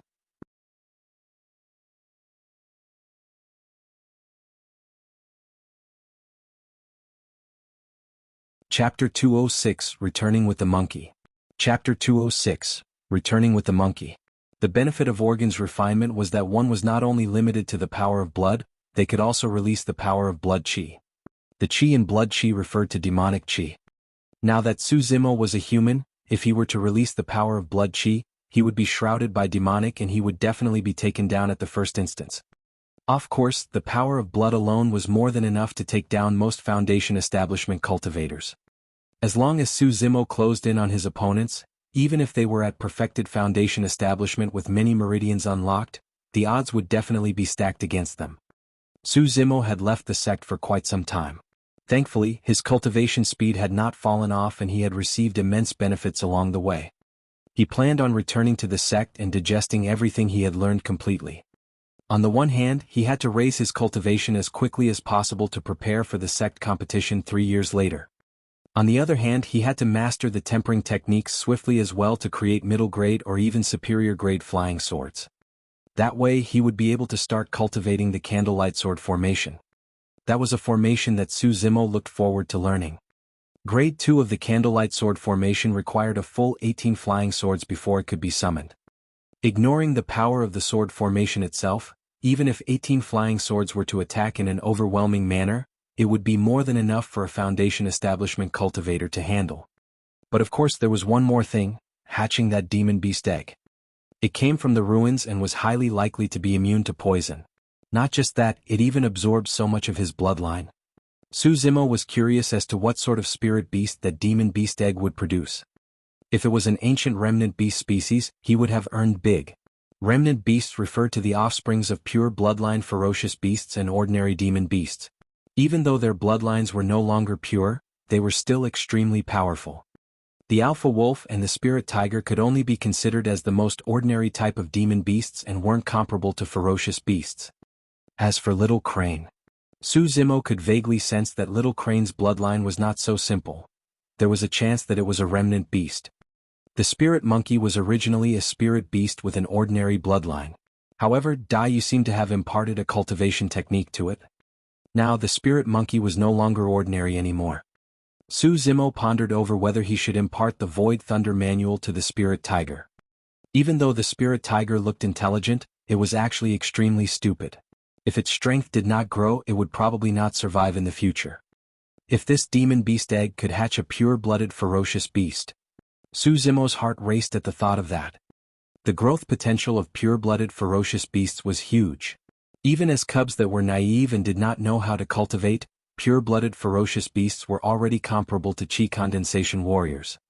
The moment they start cultivating, pure-blooded ferocious beasts can even slay foundation establishment cultivators.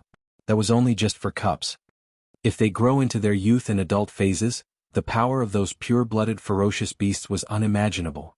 Not only that, pure-blooded ferocious beasts carry with them the ancient memories of their race from a long time ago. Vicissitude and mysterious, nobody could steal the cultivation techniques and secret skills meant for them. Of course, the growth of pure-blooded ferocious beasts was extremely slow as well. Even without cultivating, most pure-blooded ferocious beasts have a lifespan of over 10,000 years. If a cultivator were to hatch a pure-blooded ferocious beast, they might die before the ferocious beast even grows up. At that thought, Su Zimo intuitively searched for the demon beast egg. He looked around the place but did not see anything. Weird.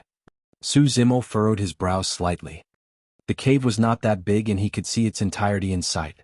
However, there was no trace of the demon beast egg. I clearly saw that damn monkey take it in. Su Zimo mumbled and looked at the spirit monkey again, exclaiming softly. The spirit monkey's posture looked strange. Even if it was taking a dump, wasn't it squatting for way too long? Furthermore, the spirit monkey hovered without sitting as though there was something under its butt. Su Zimo vaguely guessed something and could not help but roll his eyes. Damn monkey, aren't you tired? When it heard Su Zimo's question, the spirit monkey shook its head and looked towards the entrance of the cave, pretending as if nothing had happened. Su Zimo could not help but laugh. Stop pretending. Hurry and get up. Don't tell me you want to hatch that demon beast egg with your monkey bum. After being seen through by Su Zimo, a rare blush appeared on the spirit monkey's face as it stood up unwillingly. Upon seeing that, Su Zimo was amazed. The spirit monkey was usually extremely thick-skinned and unruly. This was the first time he was seeing it so coy. Oh. Pausing for a moment, the spirit monkey returned to its normal self and bared its teeth, gesturing and shouting at Su Zimo. Even though he had not seen the spirit monkey for 2 years, Su Zimo understood what it meant immediately. It was saying that Su Zimo knew nothing and should not interfere. Su Zimo chided jokingly, "If I don't know anything, you do? You weren't the one who gave birth to that thing and you've got no blood relation to it, so what are you hatching it for?" The spirit monkey was stunned by Su Zimo's words. Ow ow. Right on the heels of that, the spirit monkey gave Su Zimo a disdainful look and gave him a sidelong glance. It was saying, "What do you know? We're both demons and have similar auras. I can still incubate it." Su Zimo covered his nose in disdain. "Your auras are far from similar. You reek of feces. Even if you manage to hatch it, it's going to die of your stench." Even though Su Zimo had only mentioned it in passing, the spirit monkey became nervous and ran off to the cold lake, washing its body over and over again thoroughly. Su Zimo was dumbfounded. Previously they had fought multiple times over this issue. However, the spirit monkey did not compromise even if it was beaten badly by Su Zimo. It continued to wipe its feces every day, enjoying itself while disgusting Su Zimo at the same time. But now it was taking a shower for the demon beast egg. This was really, everything truly had its weakness. After a long time, the spirit monkey finally came forth from the cold lake. It ran to Su Zimo and called softly. "It's gone." Su Zimo said, "You've nearly washed your skin off. What smell can there be left?" Ow ow. The spirit monkey gestured and asked where the demon beast egg was. Yawning, Su Zimo pointed to his embrace. "It's my egg, stop thinking about it." The spirit monkey pouted and grunted a few times, waving its hand to indicate that it did not care for the egg. However, its eyes were still staring furtively at the demon beast egg in Su Zimo's embrace. "Monkey, I've got something to ask you." After a short while, Su Zimo suddenly asked, "I'll be returning to the sect soon. Will you come with me?" Su Zimo felt a little scared recalling that the spirit monkey nearly got into danger. Even though the spirit monkey was unruly and unsuited for life in the cultivation world, Su Zimo could at least look after it if it was with him. Oh. The spirit monkey cried. Su Zimo chuckled. I know that you want to be king of a mountain. But what's the point of being king of this Zhonglang mountain range? You've got to head out and look for other mountains to be a king at. Oh. The spirit monkey thought for a while and pointed at the demon beast egg in Su Zimo's embrace, crying a few times. Su Zimo could not help but laugh. All right, if you follow me back, I'll let you hatch this demon beast egg. At the same time, Su Zimo thought to himself, I'm only letting you hatch, not giving it to you. Furthermore, this fella has already sucked so much of my blood. There's no way it'll run off with anyone else.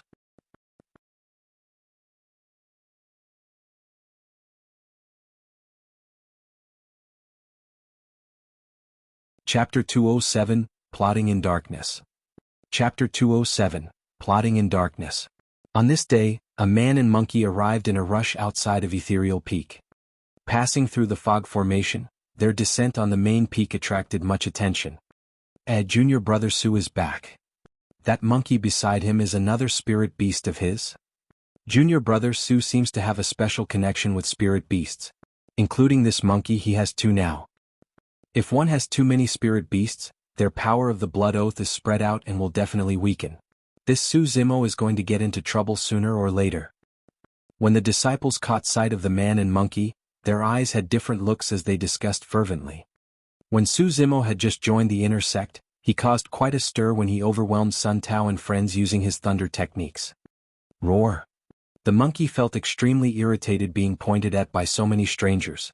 It bared its teeth and roared menacingly at the many cultivators nearby, causing demonic chi to explode with a killing intent. Its hair stood on ends and made its physique look even bigger and intimidating. If not for the fact that Su Zimo was beside him, given its unruly nature, it would have charged forth and killed everyone. Many cultivators were shocked. The monkey's body was covered with endless blood. To survive in a place like the Zhonglang mountain range, it had to engage in battles almost every other day. It had experienced endless bloodshed and life and death situations. The aura around the monkey was even more violent and bloodthirsty than the spirit tiger and little crane. Su Zimo furrowed his brows slightly and raised his palm, patting the monkey on the shoulder gently, indicating for it to relax. On the way earlier, Su Zimo had already reminded the monkey repeatedly that it had to tone down on its animal instincts at Ethereal Peak. It must not be violently aggressive all the time. Grunting, 2 streams of air shot out from the monkey's nostrils and the fur on its body gradually went down. Before long, the man and monkey disappeared before everyone. Humph, that beast sure is arrogant. That's because junior brother Su was around. If that wasn't the case, I would have killed that beast right on the spot. How dare it shout at us? Many cultivators pretended to scold after the man and monkey was gone. The door of the cave abode was wide open and both the spirit tiger and little crane were sprawled inside, resting. Little crane was the first to sense something and looked over. Upon seeing that it was Su Zimo, it cried out in joy. The spirit tiger opened its eyes and looked over lazily. Instantly, it was energized at the sight of Su Zimo and leaped up. Monkey did not have much of a reaction when it saw the tiger and crane, merely twitching its lips in disdain. Following behind Su Zimo, monkey swaggered in. This is Monkey, who is originally from Zhonglang mountain range. We went through life and death together. Su Zimo pointed to the spirit tiger and little crane. This is spirit tiger and that is little crane. The 3 of you can stay together from now on. Don't fight. Chi. When it heard that, Monkey sneered and stretched out its finger, waving it in front of the spirit tiger and little crane extremely provocatively. Even though Monkey said nothing, its meaning was clear. Even if we fight, you guys are not my match. The spirit tiger had just entered Foundation establishment and was in a cocky youth phase. Furthermore, the spirit tiger knew that it had been with Su Zimo the longest. If it was bullied by a monkey that came later, how could it continue to live its days? There was no way the spirit tiger could hold back seeing that hand gesture from Monkey. Roar! It crouched and readied as though it was about to pounce on its prey with a ferocious glint in its eyes. It was ready to strike at any moment. Caw-caw. On the other side, little crane could not take it lying down either, crying out a couple of times to Monkey as it prepared to pounce as well. After all, little crane had a closer relationship with the spirit tiger. Hearing the shouts from within the cave, Su Zimo suddenly felt a headache. Bang! Before long, Monkey and the spirit tiger collided massively. It was a pure explosion of strength without any gimmicks.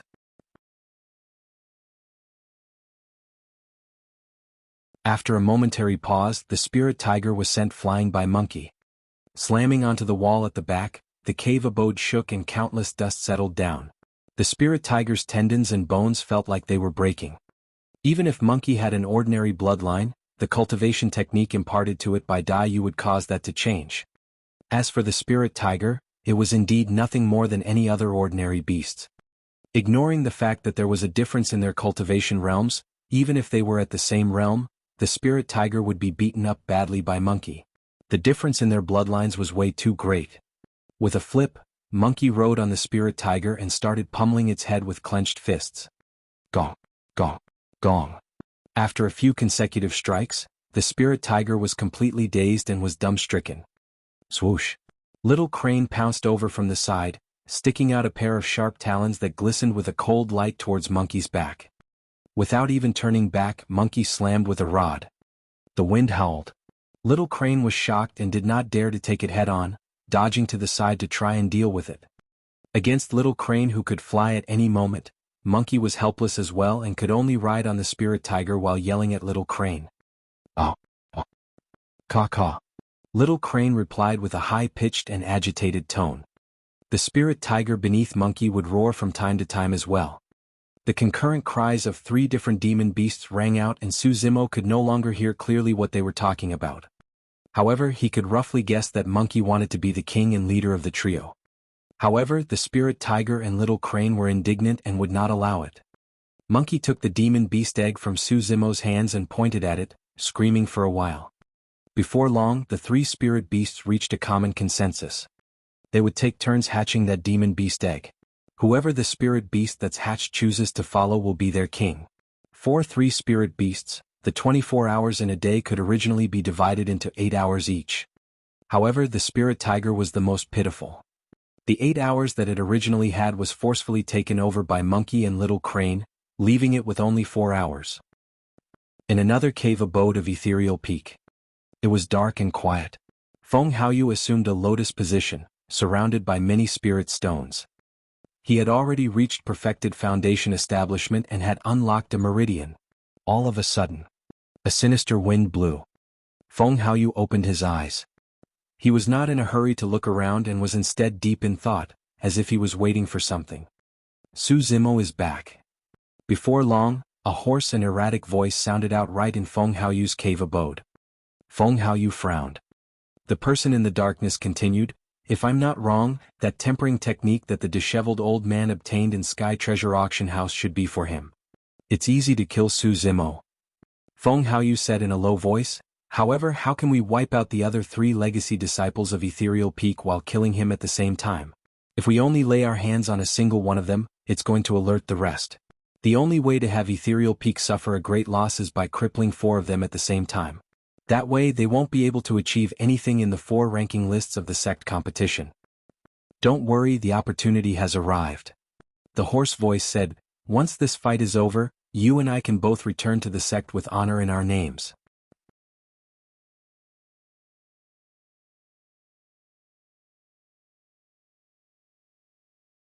Chapter 208 Blood Crow Palace. Chapter 208 Blood Crow Palace. Black Crow Mountain. Situated at the northwest corner of the Great Zhou dynasty, it was a vast place where beasts roamed. There were many crows in the forest and most of them were psychic. There were even black crow demons that managed to cultivate supreme powers with terrifying strength and dominance. It was said that there was a golden core that entered the depths of Black Crow Mountain and was never seen ever again. A couple of years ago, a middle-aged man with dark green eyes that shone with a sinister light walked into the depths of Black Crow Mountain without turning back at all. From that day forth, the crows within turned extremely violent and their eyes were bloodshot. The skies above Black Crow Mountain were perennially covered by a blood mist. Deep in the dense forest, a hall named Blood Crow Palace appeared. Within a few short years, sects nearby Black Crow Mountain were all subdued under Blood Crow Palace's command. This day, a pale-faced youth with dark green eyes appeared outside Blood Crow Palace. He was at perfected foundation establishment and knelt on a single knee, cupping his fists in the direction of the hall. Master, a year ago my blood slave was killed outside of Linfeng City. I've discovered who the killer is. His name is Su Zimo, an inner sect disciple of Ethereal Peak. Amidst the blood fog around the forest, Blood Crow Palace was vaguely visible like an ancient that sat on the spot. It was sinister and horrifying, letting out an ice-cold aura. After the young cultivator spoke, Blood Crow Palace fell into a dead silence. As though he was accustomed to it, the young cultivator continued, "This battle caused us to lose a middle-grade spirit mine and more than 30 Foundation establishment cultivators. Even though they are all outer core disciples, it is still an unprecedented setback. I heard the news that Ethereal Peak Spirit Pool is about to be unsealed. At that time, Ethereal Peak is bound to send their perfected Foundation establishment disciples to receive a baptism of the Spirit Pool. I intend to lead people there and take them down in one fell swoop. At the same time, I can take in the legacy disciples of Ethereal Peak as my blood slaves." After a long time, a voice rang from Blood Crow Palace. "All right, be careful. Take more men with you." The young cultivator lowered his head. "Don't worry, Master. Take Yu Fei and Peng Yu along with you." After a momentary pause, a voice rang out from Blood Crow Palace once more. The young cultivator was delighted and replied hurriedly, "Thank you, Master. Yes. After this matter, come back and cultivate in seclusion. When the ancient battlefield opens 3 years later, you'll find your true opponents within." After saying that, the voice in Blood Crow Palace went silent once more. Before long, 2 people draped in black robes walked forth. They were expressionless with an occasional flicker of green light in their eyes. "Greetings, young master." The 2 men walked before the young cultivator and knelt on one knee, shouting in unison. The young cultivator nodded in satisfaction. The 2 people before him were golden cores. They were his master's blood slaves. Bearing extremely high standards, the people that his master were willing to accept as blood slaves were far from simple. His master was also the same person who founded Blood Crow Palace, the palatial lord. Given their relationship, even though this man was only a Foundation establishment cultivator, his status in Blood Crow Palace was extremely high. He was the young master of Blood Crow Palace. Ethereal Peak, Su Zimo, Fufofu. Ethereal Peak. Su Zimo had returned for a couple of days and had not spent it idling. Little Fatty, Shui Yi and other Weapon Peak disciples came to visit, so they naturally had their merry celebrations.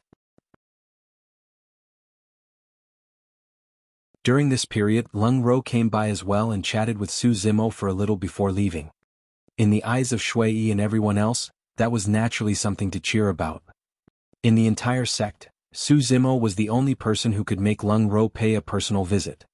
Previously, she had even specially given him 2 talismans. The 2 talismans were kept in his storage bag and Su Zimo had not used them yet. Even though it wasn't a massive favor, it was clear that the other party had put in quite a bit of effort.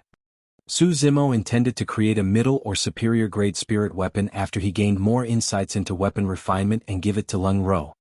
The second day after Su Zimo returned to the sect, before he even had the time to visit the disheveled old man, the latter already took the initiative to visit. "You rascal, where have you been for the past 3 months with no news at all?" The disheveled old man scolded Su Zimo at first sight. Su Zimo replied with a half-truth, "I spent some time at home." "I see." Upon hearing that, the disheveled old man's expression softened and nodded. Cough. He coughed gently and patted on his storage bag.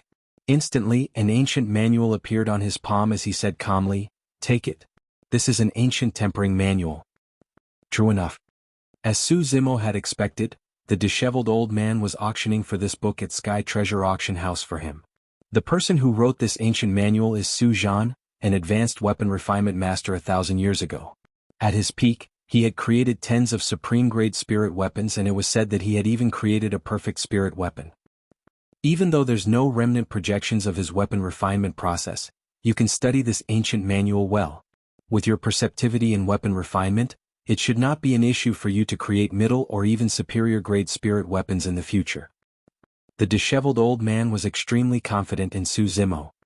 Even though Su Zimo already knew how the ancient tempering manual came about, it would attract the disheveled old man's suspicions if he acted too calmly.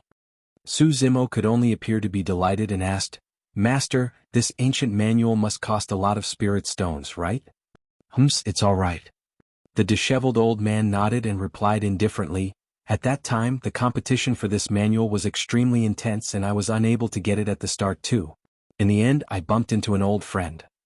At that point, the disheveled old man beat around the bush intentionally before continuing leisurely, "Heh, that friend of mine has a powerful background and without a second word, he gave it to me on the spot."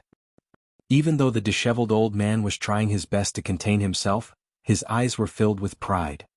"Zimo, let me tell you how the scene was like at that time." That huge auction house fell entirely silent.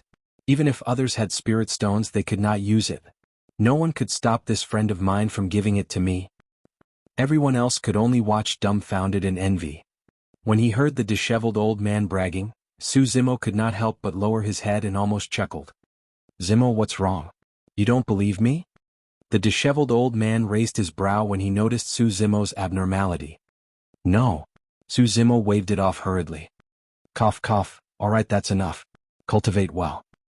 The disheveled old man seemed to have realized that he had gone slightly overboard with his bragging and added before turning to leave. In reality, if it was just this ancient tempering manual without any remnant projections, Zimo would not have achieved much in his future. However, Extreme Fire Tao Lord had enacted a weapon refinement process for Zimo beneath the cold lake of the cave abode. It was a perfect and flawless weapon refinement process. Coupled with the ancient tempering manual in his hands along with Zimo's personal spirit gathering method, he had confidence of creating a supreme-grade spirit weapon. It wasn't an occasional creation depending on his condition. It had a 100% success rate.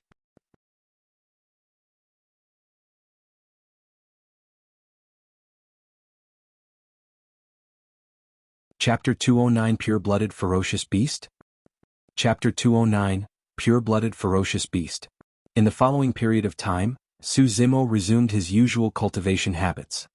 He spent part of his days on raising his cultivation realm, but most of it was spent on weapon refinement studies.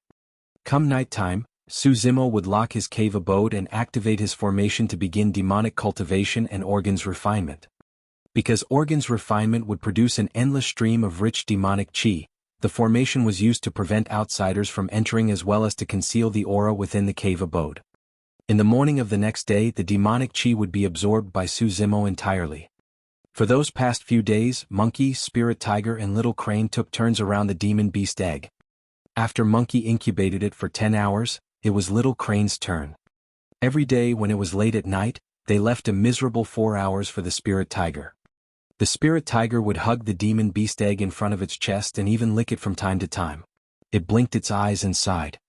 "At this rate, no matter who ends up as the leader, I'm definitely going to be at the bottom." The Spirit Tiger looked at the demon beast egg and thought to itself, "Hurry and come out. That way I can have a lackey. If not, my days are going to be hell and that monkey and stupid bird is going to bully the shit out of me." 4 hours passed in the blink of an eye. The Spirit Tiger felt as though it had just wrapped its arms around the demon beast egg. Before it was even warm, Monkey came over and whisked it away to sit on it. Even though the Spirit Tiger felt indignant, it did not dare to resist and could only watch at the side pitifully. For some reason, Zimo felt that Monkey, the Spirit Tiger and Little Crane were all very concerned about that demon beast egg, treating it with extreme care. Apart from the three of them, no one else was allowed to touch the egg. No one could be sure which was more effective, Zimo's bloodline or the three beasts taking turns to take care of it. A few days later, the demon beast egg truly had a reaction. Within, signs of life began to emanate. At first, it was extremely feeble. However, it became clearer and more intense as time passed. When it heard that Zimo had brought back a demon beast egg from a ruin, the mystical guardian beast, Senior Crane, came by a couple of times and was rather concerned about the incubation process of the egg as well. During this period of time, Zimo looked through many ancient books about demon beasts. He firmly memorized all sorts of information about various demon beasts, ancient remnant beasts and even pure-blooded ferocious beasts. According to Senior Crane, if a pure-blooded ferocious beast was born, it would alarm the heavens and there would definitely be a universal phenomenon. The stronger the bloodline of the ferocious beast, the more intense and terrifying the accompanying universal phenomenon would be. It was said when a Bai Fong is born, a shade of vermilion would paint the entire skies red. In fact, there might even be fire rains. When a responding dragon is born, clouds will fill the skies and cause rain to pour. This phenomenon will last for at least 7 days and nights, causing the nearby rivers and lakes to overflow and even form a powerful flood. The arrival of a Zhu Yan brings about chaos to the world and continuous flames of war. When some ferocious beasts are born, they might even bring about an apocalyptic catastrophe for countries and dynasties. Such examples have been rampant since the ancient era. If a remnant beast was born, even though there won't be any universal phenomenons, there would be accompanying brilliant colors to indicate their unique bloodline as proof that their future would be different from ordinary beasts. A month later, the signs of life from that demon beast egg became more intense, almost reaching a peak. This meant that the life within the demon beast egg could descend at any moment. Suddenly, Su Zimo felt a sense of nervousness. Monkey, Spirit Tiger and Little Crane had been busy for the entire time, spending most of their attention on the demon beast egg. Su Zimo truly could not tell who the spirit beast would follow after it was hatched. One day, Monkey, who was squatting on the demon beast egg, suddenly jolted upright. Monkey's odd behavior attracted the gazes of Spirit Tiger and Little Crane. Su Zimo opened his eyes and looked over as well. On the ground not far away, the demon beast egg shook gently. A new life was struggling within, trying to enter this world. All of a sudden, a red-headed beauty appeared in the cave abode. This was the human form of Senior Crane. She had a solemn expression and looked at the demon beast egg keenly with pursed lips. Swash! Su Zimo's vision blurred as yet another cultivator appeared in the cultivator.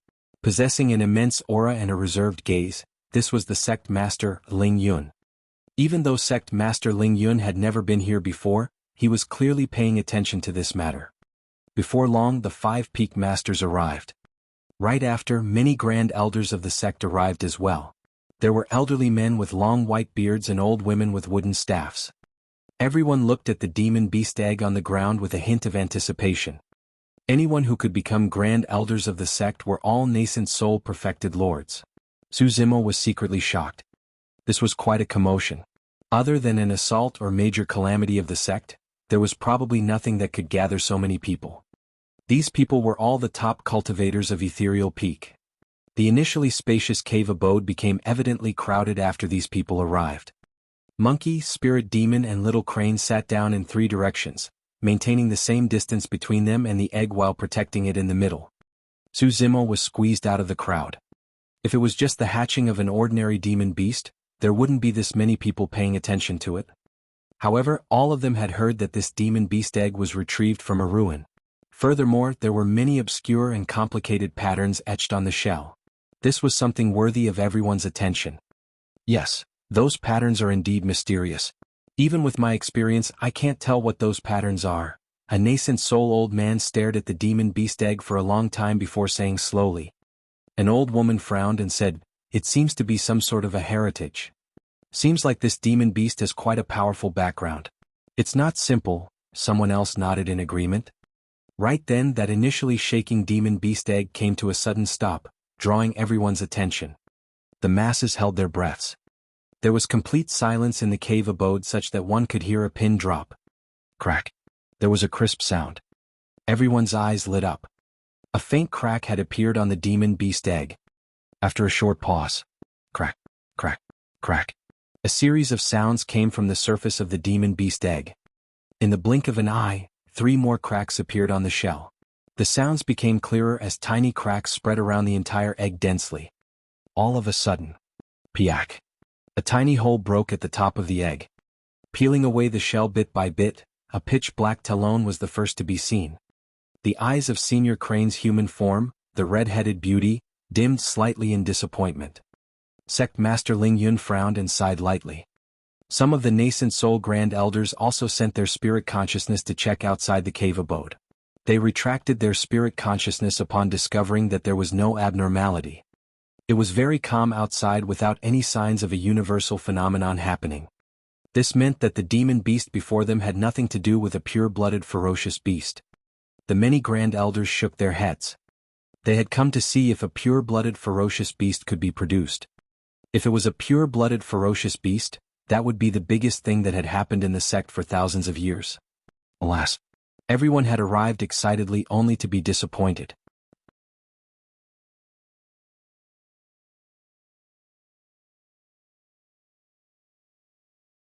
Chapter 210 Wild Beast? Black Bear? Chapter 210 Wild Beast? Black Bear. Su Zimo had once fantasized that it would be great if a pure-blooded ferocious beast was hatched as well. However, the moment this life was born, Su Zimo felt a vague feeling in his bloodline. It was faint but extremely mysterious. He smiled gently. No matter the endowment or bloodline of the demon beast, Su Zimo decided that he would keep it by his side and raise it. Monkey, Spirit Tiger and Little Crane looked at the shattered egg in the middle nervously too. Their eyes were widened with curiosity. In the hearts of Monkey and Little Crane, this little fellow was a shared child. Be it a pure-blooded ferocious beast or ancient remnant beast, even if a sow was born, they were going to take good care of it and not let it suffer in the future. In Spirit Tiger's heart, it hoped that the little fellow would just be an ordinary demon beast. In fact, the weaker it was, the better. That way its standing would rise and it need not be bullied all day. At the same time it could also take in a lackey. If it had a sudden impulse, it could even bully that little fellow to feel good. Caw-caw. The Spirit Tiger's mouth gaped and drooled with a foolish smile. It was completely immersed in its fantasies of a beautiful future. Piak. Yet another talon stretched out. It was pitch black and tore at both sides. The crack on the shell was turning bigger. At the sight of that, everyone in the cave abode were increasingly disappointed as they shook their heads and sighed.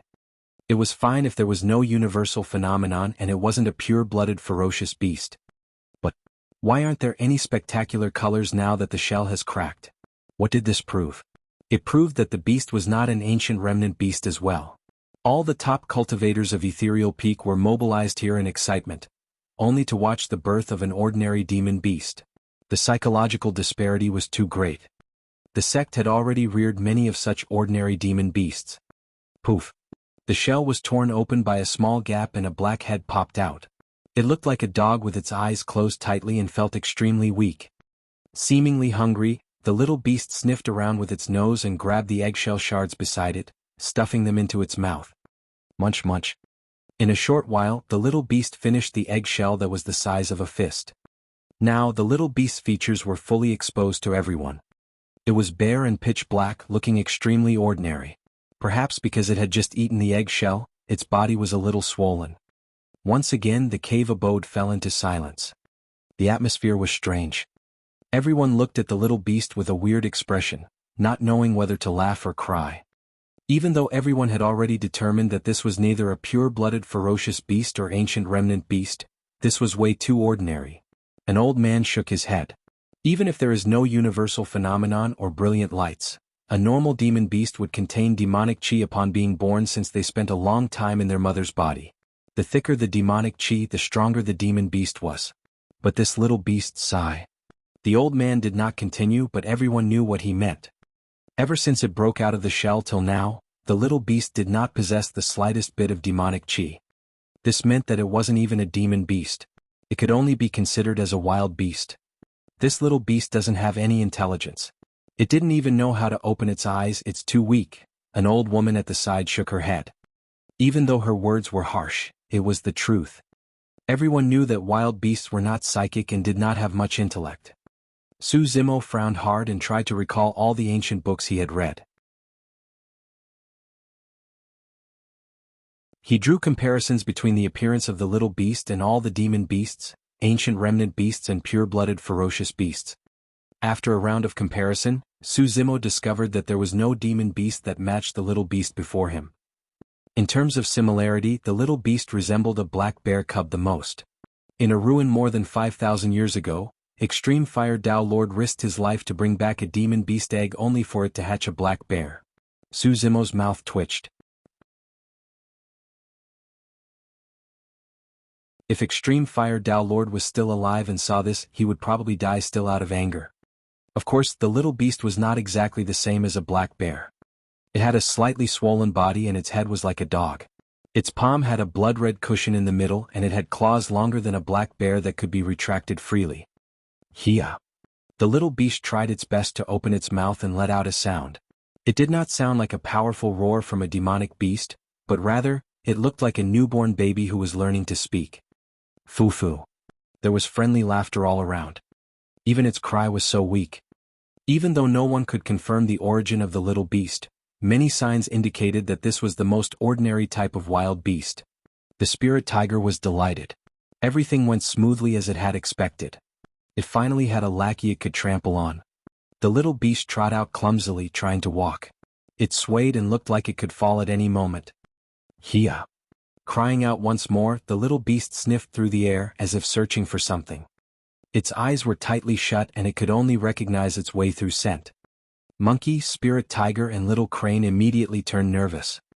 They had a prior agreement that after the little beast was born, whoever it looked for would be the boss between the few of them. The little beast stood rooted on the spot for a moment before turning around. Slowly, it walked towards the spirit tiger in a clumsy manner. The spirit tiger got excited immediately and nearly lost control of himself, jumping up and roaring wildly. Happiness came too suddenly. Initially, the spirit tiger thought that it was already not bad now that he had a lackey. From the looks of it, he even had a chance of being the boss now. The tables have turned and I've finally made it. It's been a tough journey. The spirit tiger looked at the little beast its best to walk over and was moved to tears. On the other side, Monkey and little crane were indignant, their faces full of displeasure. In a great mood, the spirit tiger pointed at Monkey and shook its head, even shamelessly sticking its tongue out gleefully. Monkey gritted its teeth and clenched its fists so tightly that its knuckles cracked. Its eyes were almost spewing fire. Upon seeing Monkey's state, the spirit tiger trembled in fear and hurriedly retracted his tongue.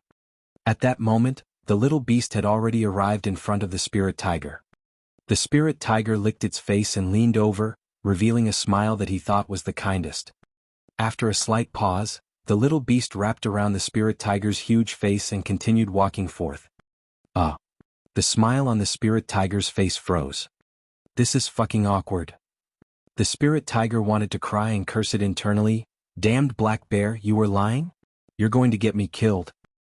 The spirit tiger turned around right away and looked at Monkey obsequiously, feeling a deep sense of remorse and regret for his provocations earlier. Monkey ignored the spirit tiger entirely and kept watching the little beast. Even though its eyes were shut and it had just learned how to walk, the little beast still maneuvered through the crowd and arrived in front of Su Zimo after much difficulty.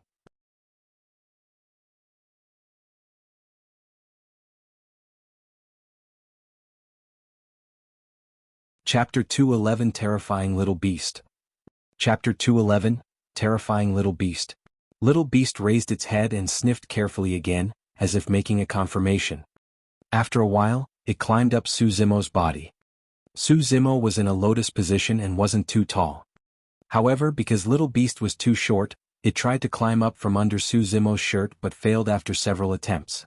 Instead, it fell and rolled over, causing a series of laughter. Many grand elders started to take their leave. It was meaningless to stay here any further. Even though that black bear was extremely cute, it was but a mere wild beast, nothing unlike rabbits and dogs by the roadside. Su Zimo did not care. No matter what, he was going to raise this little beast and make it a powerful existence. So what if it was a wild beast? He did not have a spirit root in the first place as well. But now, haven't he managed to become a cultivator as well? Nobody could decide how they were born. However, the paths they took and their achievements in the future would depend on their diligence and opportunities. Little Beast continued to roll over a few times, covering its body dirtily in dust. With its closed eyes, it rubbed itself against Su Zimo's feet gently in sadness. Su Zimo hardened his heart and remained silent. He did not help Little Beast, hoping for it to climb up on its own. Yeah. Little Beast raised its head and opened its toothless mouth. With all its strength, it cried out in a childish voice pitifully. Su Zimo's heart softened and he could no longer hold on. He quickly reached out and lifted Little Beast. Perhaps because it was just born, Little Beast was not huge. At around half a foot long, it fit Su Zimo's palm perfectly. Chuckling, Su Zimo held Little Beast with his left hand and teased it playfully with his right. Zimo, this black bear's endowment is too poor. Don't sign a blood oath with it. The disheveled old man was worried and came over to remind him. Even though the power of a blood oath was strong, its power would weaken if one made too many blood oaths. It was hard to guarantee that the demon beasts would not betray and kill their owners in the future. Therefore, most cultivators would only sign a blood oath with a single demon beast, two at most. In the eyes of the disheveled old man and everyone else, Su Zimo's life could be in danger if he continued signing blood oaths with demon beasts. Sect Master Ling Yun nodded in Su Zimo's direction as well. This little beast has yet to gain sentience. Just raise it casually and don't think too much about it. With that said, Ling Yun turned to leave. Su Zimo's head was lowered in silence. When the five-peak masters saw that, they thought that he received a huge blow and was greatly disappointed. They could not help but sigh lightly and leave the place. At that moment, Su Zimo was looking at little beast sprawled on his lap with a strange gaze, seemingly in deep thought. Initially, Su Zimo thought that little beast was an ordinary wild beast as well. Perhaps it was truly a black bear's cub that had yet to gain sentience and was merely cute. However, an action by little beast earlier on changed Su Zimo's mind entirely. Little beast was definitely not as simple as everyone thought it to be. Earlier on, Su Zimo teased little beast with his right hand. Immediately, little beast's expression changed. It seemed to have sensed something and stuck its nose out, sniffing Su Zimo's right hand carefully. Finally, little beast opened its mouth and licked Su Zimo's fingertips. Finally, it changed to a comfortable position before falling asleep. That action seemed like it was nothing. However, it caused a huge stir in Su Zimo's heart. His right hand could be considered as his strongest trump card, helping him escape from danger twice. No one in the entire cave abode knew about the secret behind his right hand. Even Senior Crane was clueless about it. However, little beast had just been born and was able to sense it without being able to open its eyes. It tried its best to come over and grab his right hand. This was definitely not a coincidence. Senior Crane had not left and was still in the cave abode. Su Zimo looked over and could not help but ask, "Senior, do you recognize this little beast?"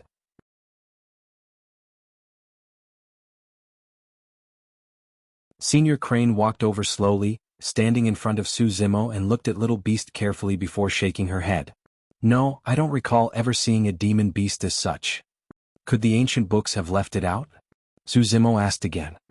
"It's possible," Senior Crane said in a low voice.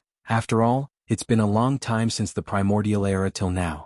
Coupled with the many demon beasts that have gone extinct, there's a chance it could be left out." Pausing for a moment, Senior Crane continued, "However, it's true that there's no universal phenomenon, spectacular colors or demonic chi when this beast was born. Perhaps it might be just an ordinary black bear." As she said that, Senior Crane bent over and reached out, wanting to touch little beast.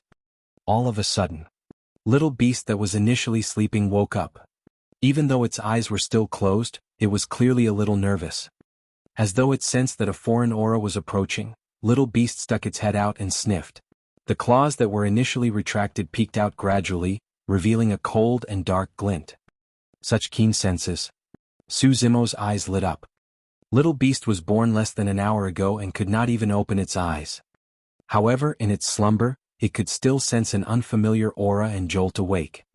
With such a reaction, it was proof that little beast was extraordinary. Su Zimo was a little happy. "Phew." Senior Crane froze for a moment before chuckling. "This little fellow is quite sharp." With that said, Senior Crane extended her finger and tapped little beast's forehead dotingly. Instantly, little beast retreated hurriedly.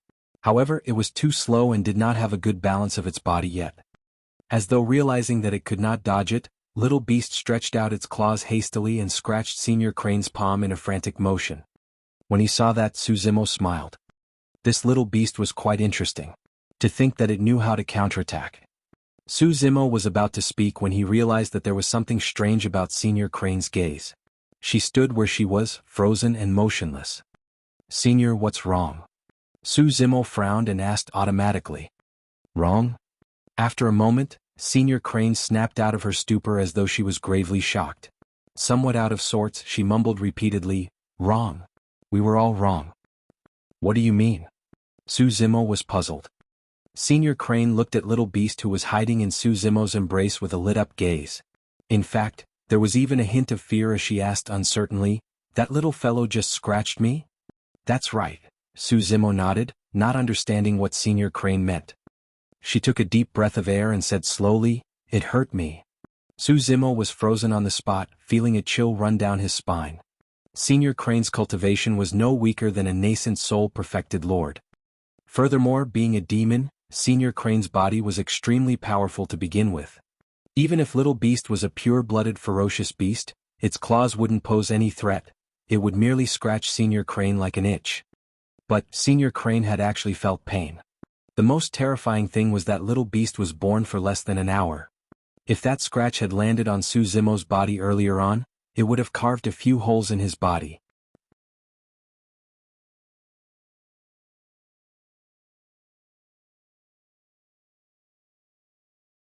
Chapter 212 Night Spirit. Chapter 212, Night Spirit. Even though they did not know the origin of Little Beast, it was not hard to imagine how terrifying it would be after it grew up. The background of this little beast is probably far from simple. Take good care of it and it'll definitely be of great help to you in the future. Senior Crane said and looked at Little Beast carefully, her eyes filled with puzzlement. What was going on here? This was a little beast that had no universal phenomenon, spectacular colors or even demonic chi when it was born. How did it possess such destructive powers? Senior Crane shook her head and left in confusion. Before she left, Senior Crane was still worried and turned around to warn Su Zimo. By the way, watch over it. Don't let it run around in the sect. Don't worry, Senior. Su Zimo nodded. I'll guard it during this period of time and not let anything happen to it. Now that Su Zimo thought about it, Little Beast was basically a newborn that could not even open its eyes. It knew nothing and was at its weakest. If he allowed it to run around the sect, it might end up losing its life. Senior Crane's lips twitched and she rolled her eyes in a human-like manner. I'm worried that something might happen to other people. Su Zimo. After Senior Crane left, Monkey, Spirit Tiger and Little Crane came over. Earlier on, Spirit Tiger made fun of Monkey and was beaten up by the latter while Little Crane watched unhappily. As such, neither of the three paid attention to the conversation between Senior Crane and Su Zimo. After returning, Spirit Tiger glared at Little Beast bitterly and thought to himself, Black Bear, I was really done in by you. I'll remember this and settle it with you after you grow older. Little Beast was truly way too stumpy that the Spirit Tiger was worried it might be killed with a single smack. In just a day, Little Beast was able to open its eyes. Its eyes were dark and sparkling, exuding intelligence like a pair of dazzling gems. On that day, Monkey, Spirit Tiger and Little Crane left the sect and obtained the milk of many demon beasts, placing everything in front of Little Beast. Little Beast took a sniff without drinking any. It seemed a little disdainful. Instead, Little Beast chose to continue sucking on the fingers of Su Zimo's right hand. Perhaps owing to the eggshell, Little Beast did not get hungry for an entire week. The most common thing Little Beast did was to lie on Su Zimo's lap and sleep soundly while chewing on his right hand's fingers. During this period of time, Su Zimo had a rough grasp of Little Beast's temperament as well. It was the closest to him and would stick to him every day. Because Little Beast was extremely sensitive to foreign auras, it would be on guard or even retaliate if any stranger got close to it. Other than Su Zimo, it was also relatively close to Monkey, Spirit Tiger and Little Crane. From that point of view, the three of them did not waste their month for nothing. At times, the four of them would even play around in the cave abode happily. Upon seeing that, Su Zimo would always feel a sense of warmth and smile. After a week, Little Beast's teeth grew out. Even though they were small, they were extremely sharp and not weaker than its claws. However, what puzzled Monkey, Spirit Tiger and Little Crane was that no matter the type of spirit beast they hunted, Little Beast would only go up and sniff instead of eating it. Even if it was hungry, it would choose to suck on Su Zimo's fingers rather than eat those actual food. That's strange. Su Zimo was perplexed as well. Could Little Beast be vegetarian? On second thought, Su Zimo felt that it was not right. The claws and teeth of Little Beast did not seem as though they were meant for it to be vegetarian. These few days, Su Zimo did not cultivate much. Instead, he specially refined a few cauldrons of elixirs and selected the supreme grade and perfect ones for Little Beast. Yet, Monkey, Spirit Tiger and Little Crane were the ones fighting for it while Little Beast refused everything. That's strange. Su Zimo tapped on Little Beast's head and chided lightly, Why are you not eating everything, Hia. Little Beast had yet to master demon language and could only cry out in Hias. Blinking its diamond black eyes, it looked aggrieved.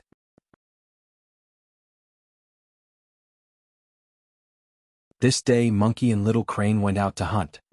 Su Zimo sat on his stone bed and held spirit stones in both hands, seemingly in cultivation and could not be distracted.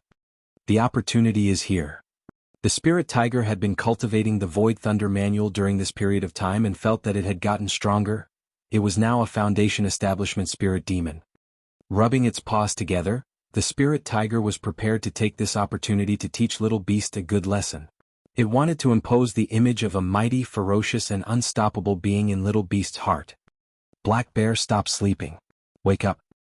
The spirit tiger sneaked in front of Little Beast and growled softly, slapping Little Beast's head with a backhand. Initially asleep, Little Beast's body quivered and it stuck out its claws, blocking instinctively. Flashes of blood appeared. A few bloody holes appeared on the spirit tiger's paws. The spirit tiger was dumbfounded. Little Beast was completely awake as well. Ow! Howling in pain with a pale face, the spirit tiger glared at Little Beast and gritted its teeth, snarling, "Black Bear, you're not trustworthy at all. Even when you're asleep you're so nervous. You've screwed me to death." Little Beast leaned over in embarrassment and stuck its tongue out to lick the spirit tiger's paw as a form of comfort. "It's completely different from what I imagined. Even after this Black Bear is born, I'm still the weakest." The spirit tiger's face was covered in tears as sadness welled up in him. Right then, Monkey strode into the cave abode covered in blood. It was carrying a leopard on its shoulders, huge like a small mountain and covered in green fur. Emerald Cloud Leopard. Su Zimo recognized the leopard at first glance. It was an ancient remnant beast that was extremely strong. The Emerald Cloud Leopard's head was smashed in and it was filled with injuries all over, clearly already dead. Monkey had many wounds on its body as well. It was a devastating battle. The moment the Emerald Cloud Leopard's corpse was placed down, Little Beast suddenly jumped off Su Zimo and ran over to the corpse to sniff. Shing! Little Beast stretched its claws and cut through the skin and flesh of the Emerald Cloud Leopard easily. It opened its mouth and chomped down on a piece of meat, swallowing it. Su Zimo narrowed his gaze at the sight of that.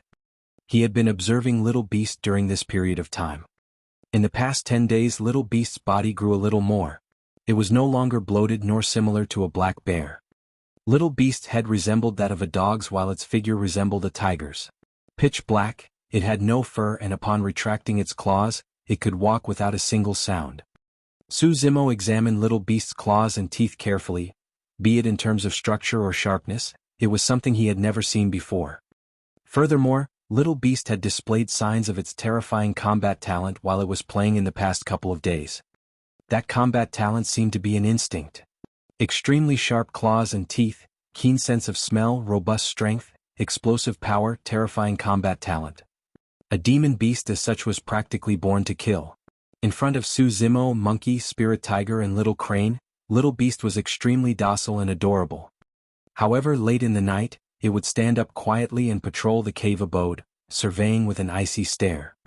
Occasionally, Little Beast would stand outside the cave abode and look up at the full moon, emitting an inexplicable aura that was vicissitude and mysterious. It was like a god walking through the mortal realms at night. "How about, we call you Night Spirit from now on?" Su Zimo mumbled.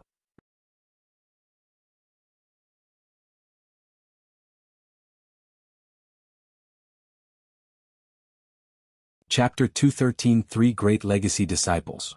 Chapter 213 Three Great Legacy Disciples.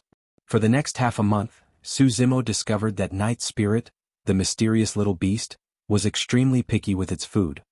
It did not touch the flesh of ordinary demon beasts at all. When it came to ancient remnant beasts, Night Spirit would choose to eat some. It did not seem like it enjoyed them either, eating very little. Su Zimo did not give much thought to it, merely assuming that they had not found the right food. After all, most demon beasts would not eat every other demon beast as well. They had their own preference too. Su Zimo planned to wait till Night Spirit was older before taking it out so that it could hunt on its own to see the type of demon beasts it preferred. As time went by, Night Spirit's body began to turn rougher as though something was growing out. A month later, the disheveled old man came for a sudden visit. "Zimo, I've got good news," he said with a smile the moment he entered. "Prepare yourself. 3 days later, when Xian and some of the elders are going to take you somewhere." "Huh? Where?" Su Zimo asked. 50 kilometers away from the sect exists Dongling Valley, a place with a unique terrain that is a natural spirit gathering spot. All the surrounding spirit chi in the area are gathered in the valley and injected into a spirit pool. The disheveled old man continued, "Every 10 years when the spirit pool is filled, it will open once for the perfected Foundation Establishment cultivators of the sect to cultivate within. A single year of cultivation within is equivalent to 5 years outside. Su Zimo nodded. In that case, Dongling Valley was truly a blessed place. However, a doubt rose in Su Zimo's heart as he said, "Master, I'm not at perfected foundation establishment." The disheveled old man chuckled. This was initially none of your business indeed. However, Elder Qin made a suggestion to allow some of the inner sect disciples with immense talent and potential to cultivate within the spirit pool as well. In the main hall of Ethereal Palace, Elder Qin even mentioned your name specifically. Oh. Su Zimo was slightly surprised. He had only joined the inner sect for a short period of time and was mostly in seclusion. As such, he truly did not know who this Elder Qin was. The disheveled old man continued, "Zimo, when you see Elder Qin 3 days later, make sure to thank him properly." Su Zimo nodded. After returning to the sect, Su Zimo's schedule had been very packed. Apart from researching weapon refinement techniques, he had to work on the candlelight sword formation while raising his immortality and demonic cultivation alongside taking care of Night Spirit. It was rare for him to have such an opportunity. Su Zimo could make use of this to put everything aside and focus on his cultivation so that he could make an early breakthrough. In the blink of an eye, 3 days had passed. Su Zimo naturally could not take Monkey, Spirit Tiger and Little Crane along with him for this trip. Moreover, Dongling Valley was a place for immortality cultivators and it was useless even if Monkey and the others joined him. However, when it heard that Su Zimo was going to leave, Night Spirit hid non-stop and insisted on tagging along no matter what. After hesitating for a long time, Su Zimo's heart softened and he finally agreed to it. For the past month, under Su Zimo's strict orders, Night Spirit had not taken a single step out of the cave abode. It's probably time for it to take a look at the world outside. At that thought, Su Zimo stuffed Night Spirit inside his robes and instructed for it to not come out before leaving the cave abode. The gathering spot was the front peak of the sect. Upon arriving, Su Zimo caught sight of 2 familiar faces. Little Fatty and Lung Ro. "Bro here." Little Fatty waved to him.